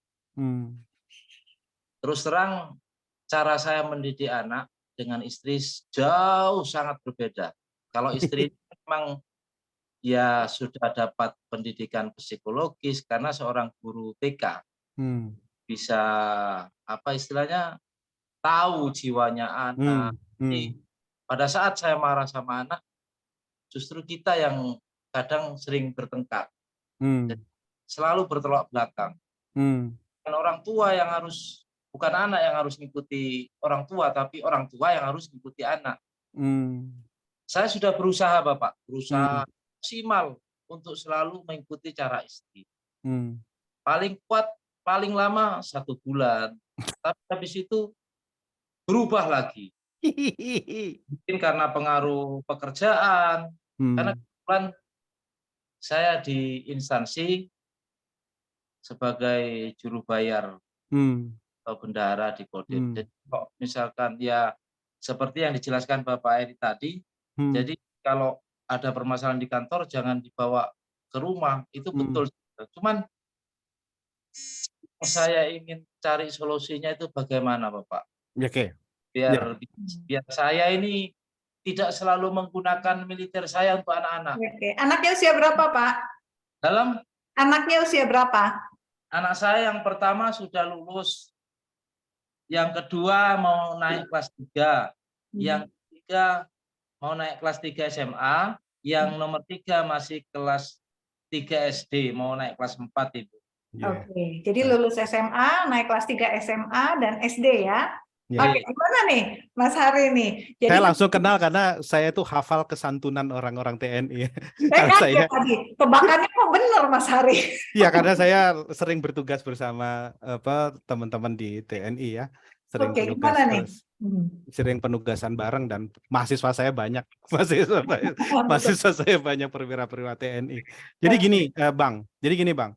Pertama, tidak ada satu yang disebut sebagai doktrin parenting terbaik untuk semua keluarga. Itu mohon dicatat ya. Jadi yang baik bagi keluarga A itu belum tentu cocok untuk keluarga panjenengan ya.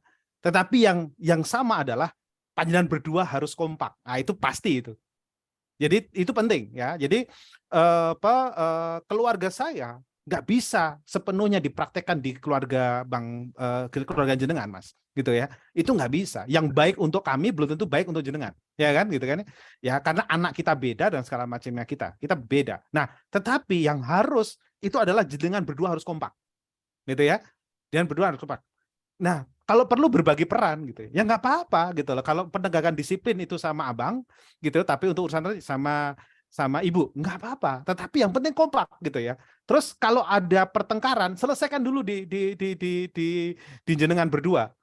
Ke anaknya harus satu, kebayang ya.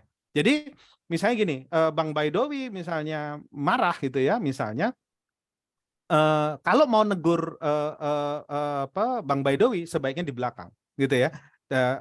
Jangan sampai anak itu menemukan bahwa orang tuanya konflik gitu ya. Jadi sebaiknya konfliknya diselesaikan di kamar. Ketika keluar itu satu suara gitu. Itu satu suara. Tinggal siapa yang paling cocok. Kadang-kadang sama lah gitu. Misalnya kalau di keluarga saya agak kebalik gitu. Yang lebih lembut itu seringkali saya. yang lebih tegas itu istri saya. Jadi kadang-kadang kalau untuk hal-hal tegas itu istri saya yang maju. Tapi kemudian saya yang harus menguatkan. Atau kadang-kadang saya kasih pengertian, kenapa kok Bunda tadi marah? Gitu ya. Pak, marah itu kan juga penting. Ya kan, supaya anak itu tahu gitu ya. Yang nggak boleh itu adalah melakukan kekerasan. Tegas itu harus, Pak. Tegas itu harus. Yang nggak boleh itu adalah galak. Kan beda tegas sama galak, gitu kan ya. Yang penting adalah kekerasan ya, kekerasan. Jadi hindari kekerasan. Nah, soal berapa porsi anak itu ditegasi dan segala macamnya, orang tua yang paling tahu, anak Anda juga paling tahu, ya kan? Bagi anak jenengan porsi segitu mungkin wajar gitu. Bagi anak orang lain, itu udah terlalu tinggi. Nah, makanya nggak bisa disamakan ya. Jadi pertama yang saya sarankan adalah Bang, satu harus kompak. Harus kompak. Nah, kemudian yang kedua harus dibuat sesuai kadar, Bang. Jadi kalau kita mau memberikan tindakan untuk pendisiplinan itu harus sesuai kadar. Harus sesuai kadar. Artinya kesalahan A dengan kesalahan B itu mesti berbeda gitu. Dan hal-hal tertentu itu kadang-kadang bahkan perlu dimaklumi sebagai kesalahan. Biarin aja gitu ya. Kadang-kadang ya.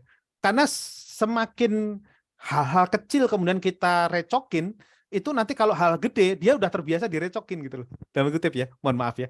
Jadi kadang-kadang hal tertentu kadang-kadang kita relakan gitu ya. Hal-hal tertentu kadang-kadang kita relakan. Karena kalau kita terlalu bawel untuk banyak hal, itu untuk hal-hal penting kadang-kadang kita dianggap itu sebagai kebawelan kita gitu ya. Padahal supaya anak tahu gitu. Anak tahu mana yang penting, mana yang tidak, mana yang kesalahan yang nggak bisa ditolerir, mana yang sebenarnya bisa ditolerir. Nah, di sisi lain saya mau menyoroti ini Bang Baidowi terkait dengan memang beda mendidik anak dengan mendidik anak buah kita di militer. Beda ya. Iya, beda. Kenapa? Ketika orang masuk dalam pendidikan militer, dia memang udah siap. Dia memang siap, dia masuk ke situ kan udah diseleksi, ya kan Bang? Orang kan masuk militer itu kan memang sudah diseleksi, gitu kan ya, gitu kan. Nah, ketika dia bertahan di situ, ya kalau toh memang dia menerima pola pendidikan seperti itu ya memang dia sudah orang-orang yang terpilih di sana. Dan nawaitunya kan memang pengen jadi militer. Kalau di dalam militer kayak gitu aja nangis gitu ya, ya jangan jadi tentara gitu. Nah, masalahnya anak kita kan belum tentu jadi militer gitu. Gitu. Jadi dan juga kenapa kok tadi Mbak Eva ngelihat juga porsi ini Bang, porsi yang disebut sebagai di usia berapa. Di usia berapa itu juga penting. Nah, yang terakhir yang ingin saya sampaikan adalah pentingnya kita memang mengendalikan diri, Bang. Pentingnya itu penting bahwa ketika misalnya kita perlu berlatih memang kadang-kadang bagaimana kita mengelola emosi kita, ya, mengelola emosi kita itu penting. Nah, salah satu hal yang terutama untuk hal-hal yang sudah terlanjur, Bang, yang sudah terlanjur, penting juga menjelaskan kepada anak, Bang.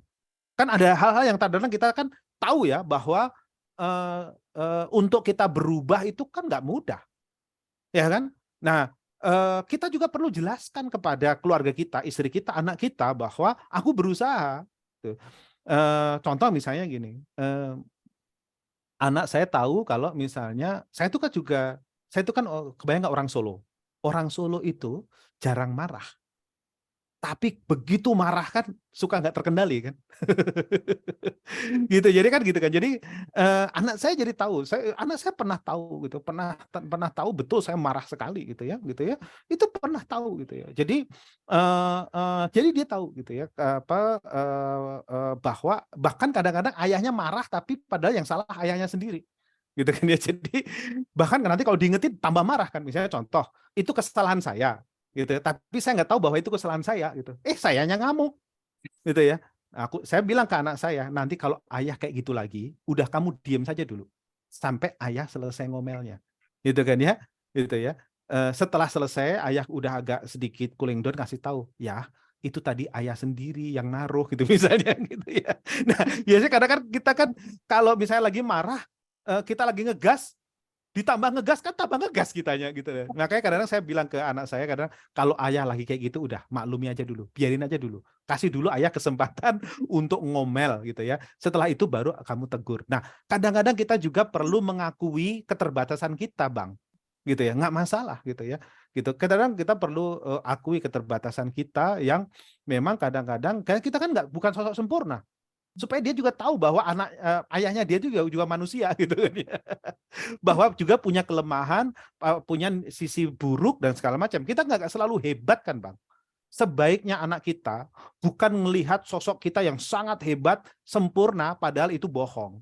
Sebaiknya kita tampil apa adanya, tapi terus-menerus kita tunjukkan bahwa kita menjadi pribadi yang terus-menerus memperbaiki diri. Itu jauh lebih baik dibandingkan sok tampil sempurna, padahal itu adalah topeng belaka gitu. Jadi anak kita pun lama-lama juga dia beradaptasi dengan kita kok, Bang. Ya kan gitu ya. Sepanjang kita kasih pengertian, tapi di sisi lain kita pun juga menunjukkan bahwa kita mengembangkan diri. Mungkin itu semoga membantu ya, Bang. Tapi yang penting yang saya ingatkan, kompak ya, mesti kompak. Satu suara tadi ya. Siap. Terima kasih Kak Eva dan Kak Hari. Selamat mencoba ya Pak Baidawi dan Bu Dian, luar biasa dua-duanya. Semangat Pak, semangat Pak. Oke, terima kasih. Baik, Lanjut. ada lagi dari Pak Budi, nanti yang di kolom chat saya bacakan. Ada dari Pak Budi Kurniawan, monggo Pak Budi, dari mana ini? Dari Jepara, Bu. Dari Jepara, alhamdulillah. Oke, boleh Pak Budi, monggo. Ini sebenarnya mau curhat ini ya. Ya, Monggo, boleh. Mas. Atau Monggo. Ada Bapak Mas Hari. terhadap perkembangan anak ini ya. Jadi Anak usia berapa Pak? anak saya masih balita. Oke. Nah, ini kan masa-masa penerimaan informasi yang sangat besar-besarnya. Ya Bu Betul. ya. Betul. Pak ya. Nah, bagaimana menghadapi masalah di mana permasalahan itu seringnya bukan dari orang tuanya tapi dari eksternal gitu kan. Dari eksternal. Kebetulan saya tinggal di kampung, jadi anak kampung lah istilahnya. Jadi bukan kita bermaksud gini. Lingkungan kami ini lingkungan yang bisa dikatakan istilahnya apa ya? Agak-agak featherless-nya banyak. Featherless-nya banyak. Sesuai dengan tema karena gini, banyak bapaknya itu yang merantau. Sehingga ibu-ibu, dan kebetulan di komunitas kami itu kebanyakan, ya mohon maaf ini bukan bermaksud merendahkan lingkungan kami, tapi SDM-nya rata-rata ibunya rendah gitu kan. Mereka bekerja gitu sehingga anak-anak di sekitar rumah kami itu istilahnya bisa dikatakan dibilang liar enggak, tapi ya anak kampung yang istilahnya kekurangan perhatian dari orang tua. Nah, anak kami itu kadang-kadang pulang-pulangnya itu kadang-kadang bawa kosakata yang gitu kan.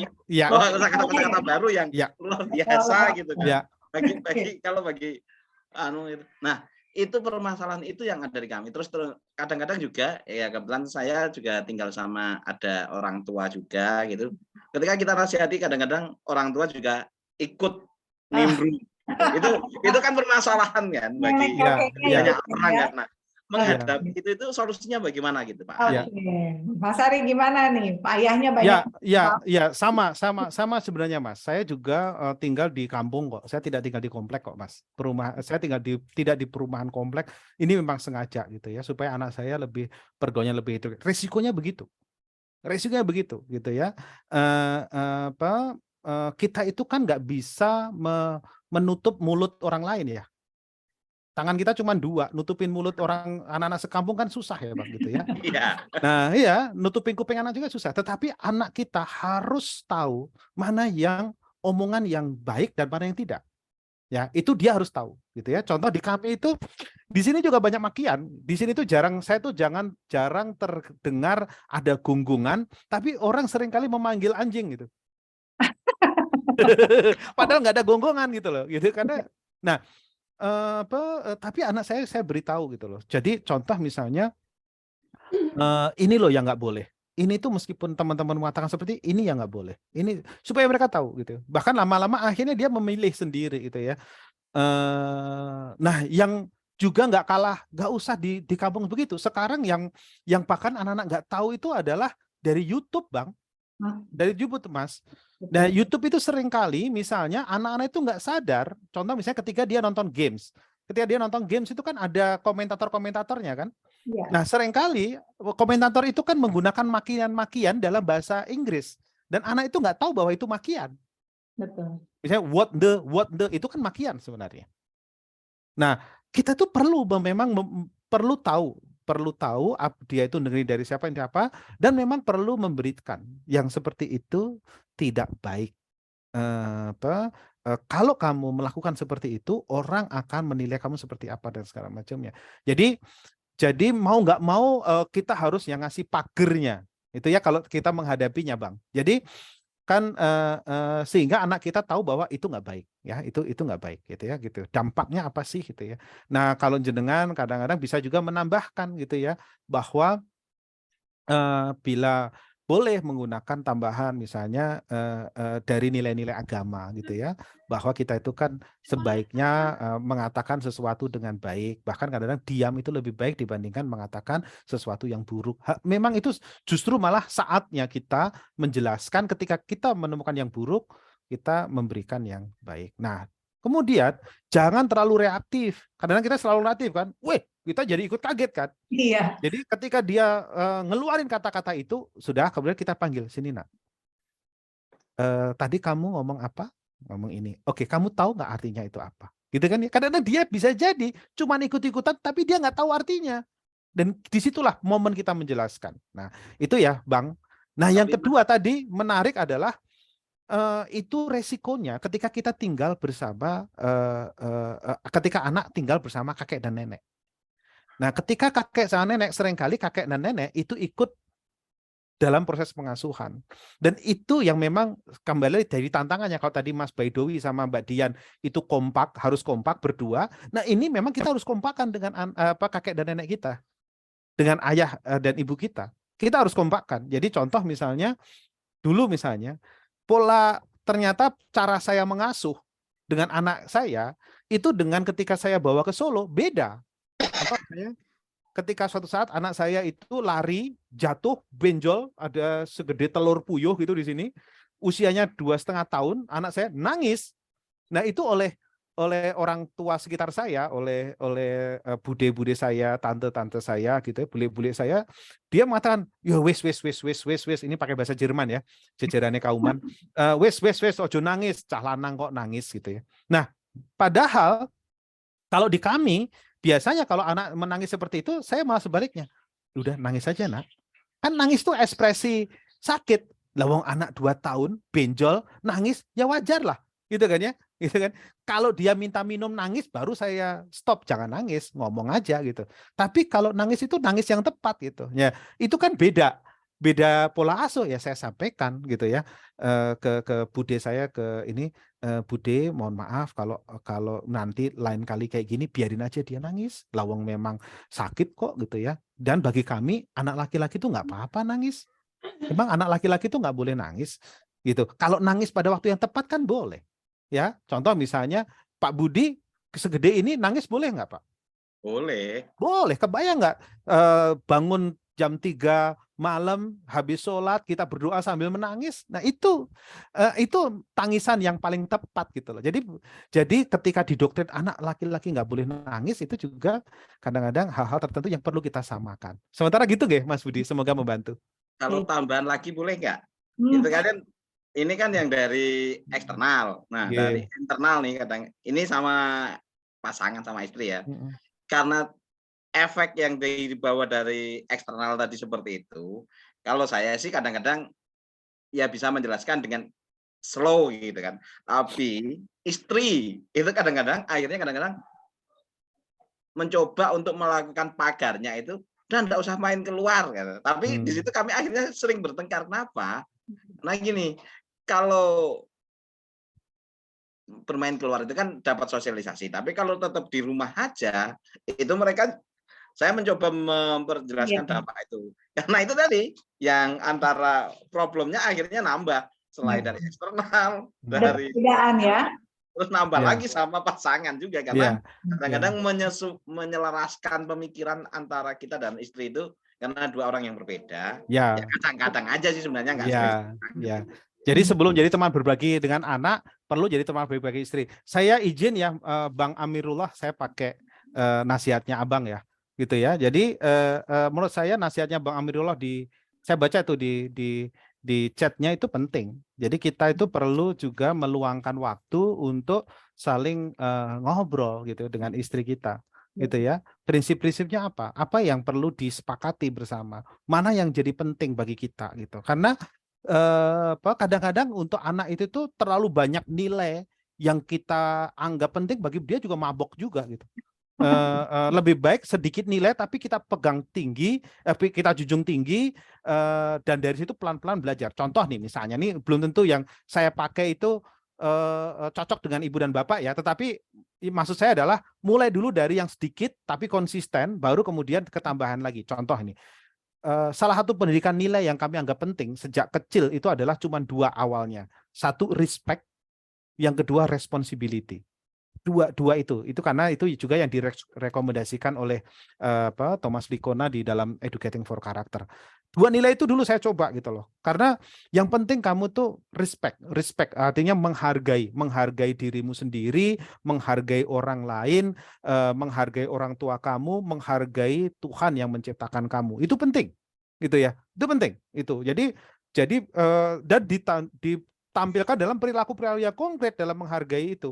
Menghargai orang, dirimu sendiri itu gimana?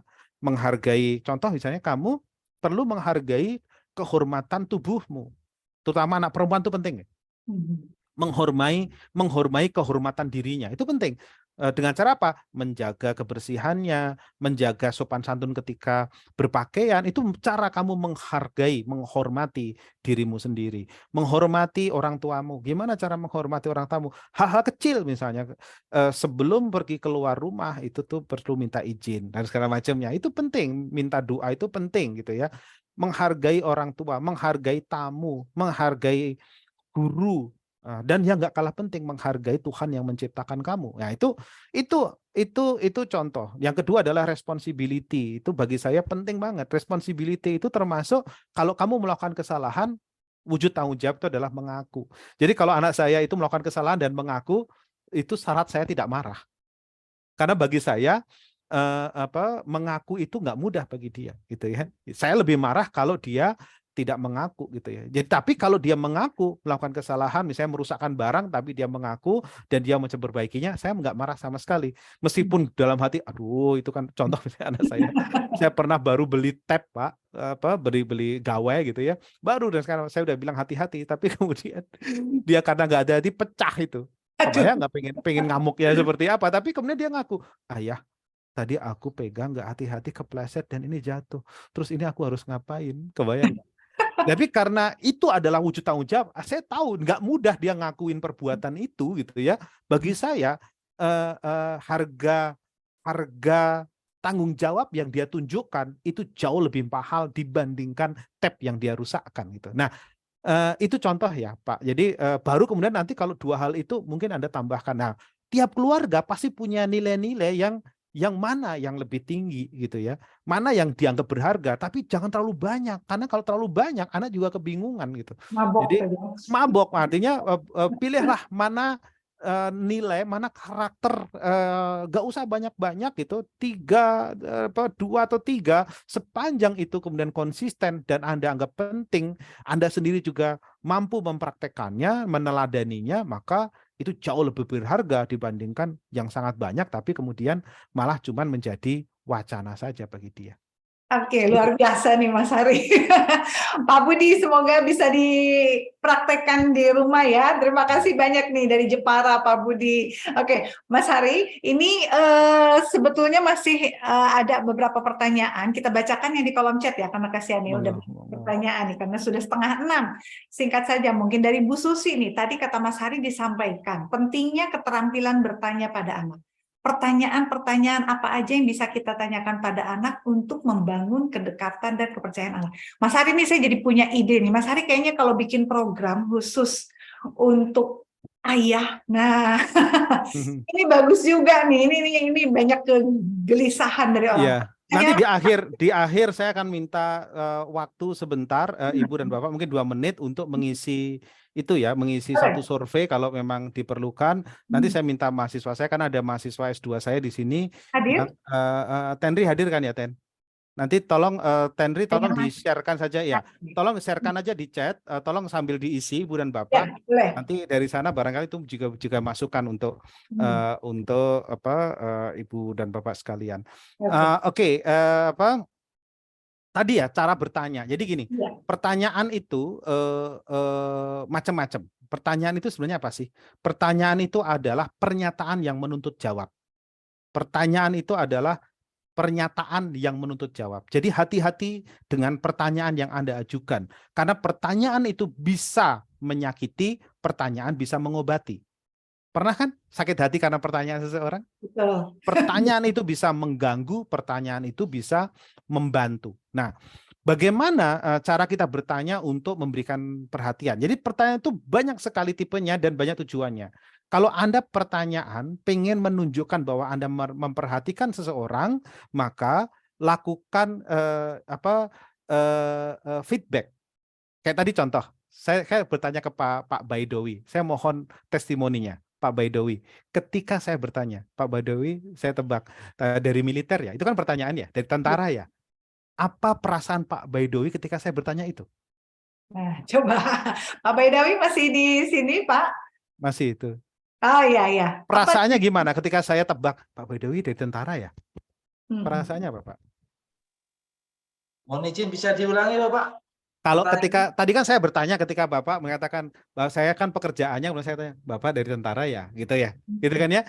Ketika saya bertanya itu, perasaan yang muncul dalam diri Bapak apa? Ya merasa bangga aja, Pak. Merasa bangga, gitu. Ngerasa diperhatiin nggak sama saya?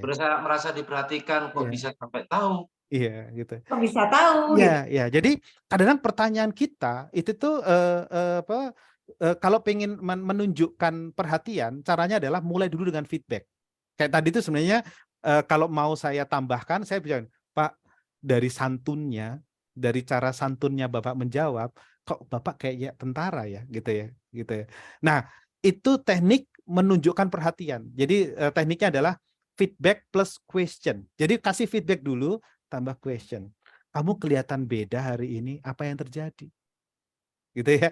Itu teknik memberikan perhatian. Jadi kasih feedback dulu. Kalau bisa perhatikan hal kecil yang dia miliki. Terus kemudian kamu tanyakan apa yang terjadi, gitu ya. Jadi pakai pertanyaannya what. Jangan pertanyaan why. Karena kalau pertanyaannya why, mengapa, itu orang akan merasa diminta bertanggung jawab. Ya, contoh misalnya misalnya gini, ada kasus contoh kecil aja ya. Misalnya anak saya itu kalau pulang ke rumah biasanya itu teriak, Assalamualaikum, kebayang nggak? Masuk rumah itu tuh gitu, Assalamualaikum gitu. Jadi kalau dia teriak dengan kayak gitu, itu sebenarnya dia pulang dengan happy meskipun capek. Karena dia Assalamualaikum, kadang gitu. Tetapi ada satu saat beberapa hari anak saya itu tuh sama sekali nggak Assalamualaikum, tidak uluk salam. Itu kan sesuatu yang berbeda ya. Iya. Kemudian saya tanya, nah biasanya kamu uluk salam. Beberapa hari ini ayah lihat kamu tidak sempat menguluk salam. Apa yang terjadi? Baru aku boleh curhat nggak? Baru ternyata dia di sekolahnya mengalami bullying. Kebayang nggak? Jadi itu peluang untuk ngebuka yang lainnya gitu. Ternyata aku diperhatiin sama ayah saya gitu ya. Gitu. Jadi dia itu gitu. Jadi contoh gitu. Bahkan kadang-kadang kita perlu gitu. Kita perlu memang itu tadi kita perlu peduli kan. Makanya tadi kan kalau di helping conversation itu kita perlu menyatakan kepedulian kita. Kepedulian kita itu adalah kita tahu bahwa kita peduli adalah kita memperhatikan dia. Nah, bagaimana kita tahu memperhatikan dia? Kita komentari seringkali. Kan komentar kita itu kan perhatian kan, gitu kan ya. Gitu. Contoh Pak Baidowi kemudian, Bu, gitunya kayaknya jilbabnya sudah mulai agak lusuh tuh, perlu jilbab baru gitu misalnya gitu ya. Ya itu bisa jadi mungkin gitu. Atau apa gitu ya. Bu, kok kayak saya lihat jarang tuh ini gitu ya.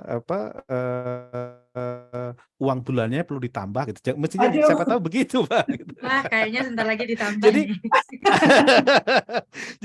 Jadi itu cara. Jadi ada beberapa teknik bertanya. Nah, ada juga teknik bertanya ya, memang macam-macam. Nah, tergantung tujuannya. Ada teknik bertanya untuk ngebuka orang untuk bicara. Ada teknik bertanya untuk menguatkan hatinya dia. Misalnya contoh gini, orang akan kuat hatinya kalau dia, kadang-kadang orang itu kan ragu ya mengambil sesuatu. Nah, orang itu akan merasa kuat kalau di masa lalu dia pernah mengalami hal itu dan dia berhasil. Nah, kadang-kadang kita perlu bertanya, mengingatkan akan keberhasilan itu, kebayang ya? Gitu. Jadi ada banyak tekniknya.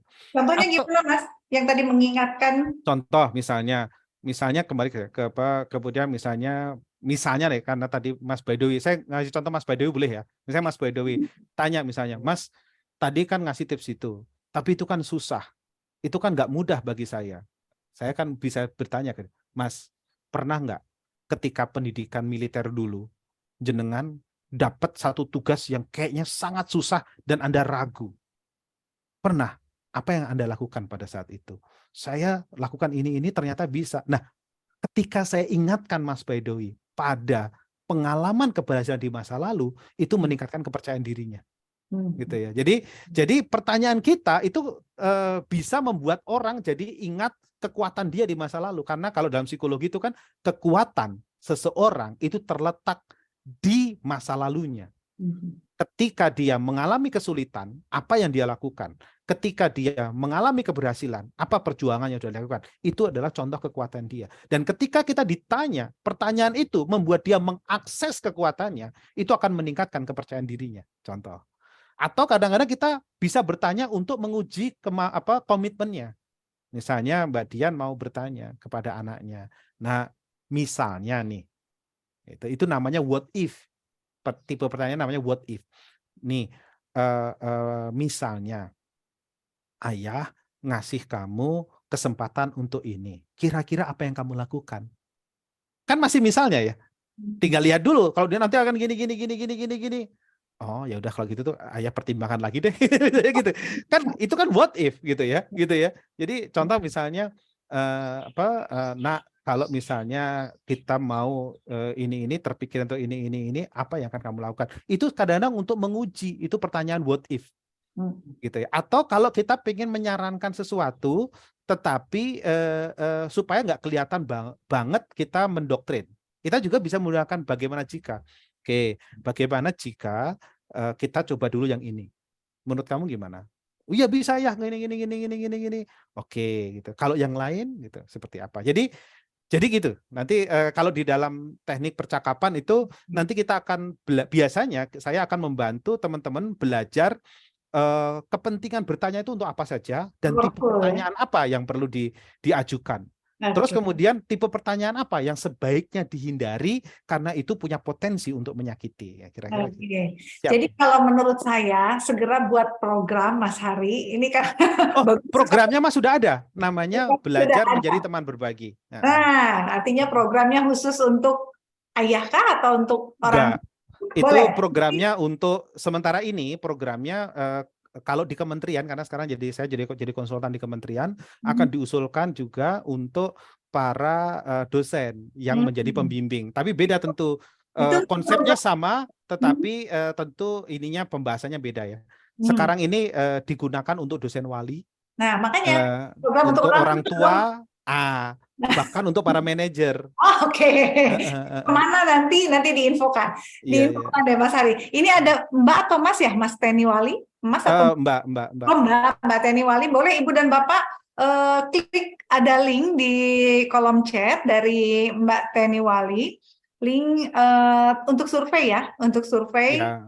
Survei teman berbagi, monggo, Mas Hari. Jadi, ya siap, nanti dari situ nanti saya bisa infokan kalau teman-teman ternyata sebenarnya apa sih yang sudah merasa dikuasai, apa yang belum. Kalau memang mau dijadikan sebagai topik berikutnya, kita bisa bahas dari yang kira-kira teman-teman paling ngerasa butuh gitu ya. Keren. Oke, baik, makasih banyak Mas Hari. Ini yang menarik nih Mas Hari. Ada salah satu peserta kita hari ini justru dari sisi anak. Nih, dari Mbak Rona Hafiza katanya. Mbak Rona Hafiza ini mahasiswi dari UIN Riau. Katanya bagaimana saya memulai chat atau pembicaraan kepada ayah saya untuk curhat atau cerita. Kadang saya segen karena saya udah gadis katanya. Dan saya kadang merasa aneh kalau saya chat cuman pas meminta bulanan kuliah kepada ayah. Ini dari sisi anaknya gimana nih Mas Hari? Ya. Kalau dari resep saya tadi kan proses percakapan itu mulai dari koneksi ya. Connect, baru explore, baru inspire. Jadi bangun koneksi, baru dieksplorasi, baru inspirasi. Jadi yang penting itu target pertama itu bikin koneksi aja dulu. Bikin koneksi dulu aja, jangan langsung turun eksplorasi ya. bikin koneksi aja dulu dengan ayah gitu ya. Hal-hal kecil misalnya ini laporkan aja, hal-hal kecil aja laporkan. Ayah, aku lagi ini menariknya ini. Atau misalnya ada sesuatu yang mengingatkan kamu terhadap terhadap ayahmu gitu loh. Jadi misalnya aku tadi ketemu dosen kayak mirip sama ayah, jadi kangen sama ayah. Hal-hal kecil aja. Habis itu selesai, udah gitu aja. Terus misalnya misalnya pas nanti pulang saya tertarik mengenai hal ini pengen ngobrol sama ayah tentang ini. Contoh kayak anak saya, misalnya dia sama, saya juga anak saya segen kan sama saya, dia bilang gini, ayah, saya mau ngobrol sesuatu, tetapi itu mungkin sesuatu yang membuat ayah nggak suka, dia bilang gitu. Saya bilang, ya silahkan aja, ingin ngobrol tentang apa gitu ya. Ya, saya bilang saya kalau nggak ngobrol karena takutnya nanti saya menyesal kalau saya nggak menyampaikan misalnya. Jadi kadang-kadang memang kita perlu itu ya, perlu memulai dengan membangun koneksi, dan tekniknya tadi mulai dengan small talk aja, percakapan ringan, dan orang itu tuh lebih suka diajak ngobrol tentang sesuatu yang memang ada dalam dunianya. Jadi kalau dari sisi anak, coba pahami dunia ayahnya. Ayahnya lagi seperti apa? Mulailah dari sesuatu yang ayahnya akan tidak punya banyak beban untuk mengomentari apa yang Anda lakukan. Bahkan kalau perlu tadi ya, mulailah dengan ngasih vitamin emosi untuk ayahnya, perhatian, penghargaan, kegembiraan, apapun itu. Ya, jadi Anda bisa kalau sudah sangat dekat sama ayahnya dan segala macamnya, ya Anda bisa jahilin ayah Anda dengan tertentu yang masih santun ya gitu ya. Kalau Anda bisa memberikan penghargaan nggak apa-apa, tapi ya dengan tulus saja kita sampaikan aja, misalnya contoh ini wah gantengnya kayak ayah gitu terus segala macamnya. Nah, apa misalnya makasih ya karena ini misalnya. Hal-hal simpel itu kan penghargaan atau perhatian, misalnya nggak harus pas hari ulang tahunnya, apapun yang bisa Anda gunakan untuk perhatian. Misalnya kalau Anda tahu misalnya ayahnya dapat amanah untuk kemana, Anda bisa mengatakan misalnya sukses ya karena ini, atau Anda tahu bahwa ayah Anda lagi mau perjalanan jauh gitu, Anda bisa mengatakan safe flight ya gitu mengenai hal itu. Nanti kalau udah datang kabar-kabari gitu. Nah, kalau sekarang itu kan zaman maju, sebaiknya memang keluarga itu kalau keluarga kami itu punya WA grup yang isinya memang saya, istri dan anak-anak saya gitu ya. Jadi itu penting, dari situ di situ kita biasanya saling ngejailin. Kalau saya tuh suka ngejailinnya menampilkan lagi foto-foto anak saya yang ketika dia masih bayi, masih bayi itu saya katakan gitu. Karena kan saya katakan anak saya itu kan karena cowok itu kan sudah yang paling kecil aja sudah nggak mau dicium kan. Kalau dicium sama saya itu kan anak saya yang paling gede itu paling nggak mau dirangkul kalau di luar gitu ya gitu. Dia katakan, karena saya bilang, ayah udah kangen nih sama bayi-bayi ayah gitu. Jadi kadang-kadang mereka boleh nggak satu waktu itu ayah tidur bareng gitu. Kan mereka punya kamar sendiri-sendiri kadang-kadang. Saya kangen juga kan misalnya gitu. Jadi hal-hal kecil itu tuh yang barangkali bisa dibangun ya. Oke, ini Mbak Rona boleh dicoba ya tips-tipsnya tadi dari Mbak Hari ya. Mas Hari, ini ada usul katanya dibuat komunitas bapak yang peduli terhadap anak atau anak, monggo Mas Hari. Ayo monggo, jangan saya, itu silakan dibuat itu, silakan siapa yang koordinir itu. Ayo saya siap jadi anggota. Saya siap jadi anggota. Tuh katanya. Mas Ayo Hari, bikin grup. Kalau Bu Umu tadi ini sudah terjawab sebetulnya. Ini mungkin jadi pertanyaan penutup dari Pak Sofyan, katanya bagaimana pengasuhan anak untuk Bapak yang LDR, sering pindah-pindah dinas, sehingga berbulan-bulan bahkan tahunan kalau pulang hanya 2-4 hari sebulan. Ini sebagai pertanyaan terakhir mungkin Mas Hari. Ya, sama, saya juga pernah mengalami itu meskipun nggak setahunan ya, ketika saya sekolah di Belanda, anak-anak saya ada di Bandung dan Jakarta, meskipun nggak terlalu lama ya gitu. Tapi ya beruntung kita punya teknologi ya. Jadi yang terpenting adalah komunikasi tetap terjalin ya, entah lewat WA, entah lewat voice call, entah lewat video call, entah lewat Zoom, entah lewat apapun itu, yang penting komunikasi tetap terjalin. Terus kemudian momen-momen penting itu kalau bisa benar-benar dilalui bersama ya, momen-momen penting ya. Jadi misalnya anak kita lagi apa, terus-menerus diupdate ya, terus-menerus diupdate. Saya dulu ketika misalnya sekolah di Belanda gitu ya, anak saya itu saya update gitu ya, supaya anak saya itu tahu gitu ya, apa yang dilakukan oleh ayahnya ketika di Belanda. Contoh misalnya, saya tuh misalnya ayah bilang, akhirnya ayah ketemu nasi goreng. Hal kecil sebenarnya, tapi bagi saya itu penting bahwa anak saya, bahwa kamu harus syukuri kamu di Indonesia sering makan enak, ayah di Belanda itu susah banget cari makan enak gitu kan.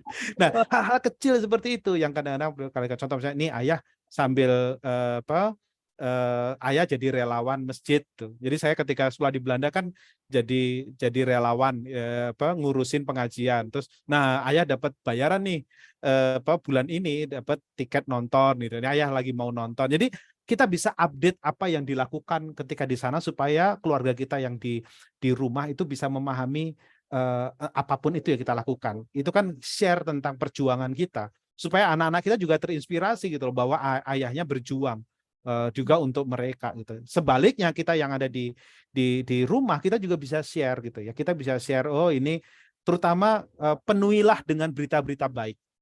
Salinglah, sering-seringlah berkirim berita baik. Itu penting. Sering-sering berkirim berita baik. Hal kecil nggak apa-apa, tapi itu berita baik, karena berita baik itu adalah vitamin bagi energi kita. Itu saja barangkali. Baik, terima kasih banyak Mas Hari. Alhamdulillah, ini banyak juga. Ibu dan Bapak jangan lupa saya ingatkan kembali untuk mengklik ada link di kolom chat dari Mbak Teniwali. Silahkan untuk diisi ya, mungkin nggak akan lebih dari 5 menit untuk mengisinya. Baik, terima kasih banyak Mas Hari. Sedikit saja mungkin closing statement, pesan apa yang mau disampaikan untuk para ayah.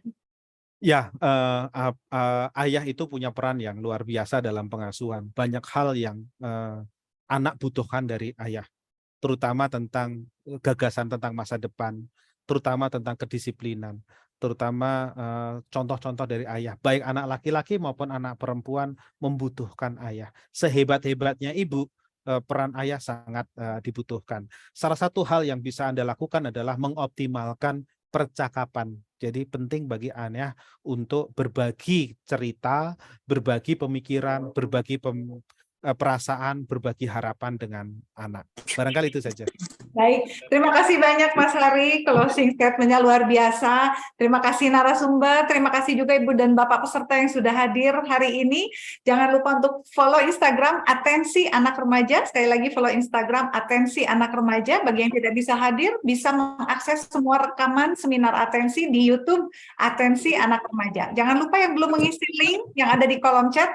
Baik, terima kasih banyak hatur nuhun Mas Hari, ilmunya luar biasa hari ini. Ibu dan Bapak peserta jangan lupa minggu depan hari Minggu juga masih ada seminar atensi untuk bulan Juni ini. Baik, kalau begitu saya akhiri seminar atensi hari ini. Wassalamualaikum warahmatullahi wabarakatuh. Hatur nuhun Mas Hari, hatur nuhun. Waalaikumsalam warahmatullahi wabarakatuh. Terima kasih banyak. Mohon izin Ibu dan Bapak karena sudah azan maghrib. Izin untuk saya tutup ya. Sampai ketemu minggu depan seminar atensi di hari Minggu.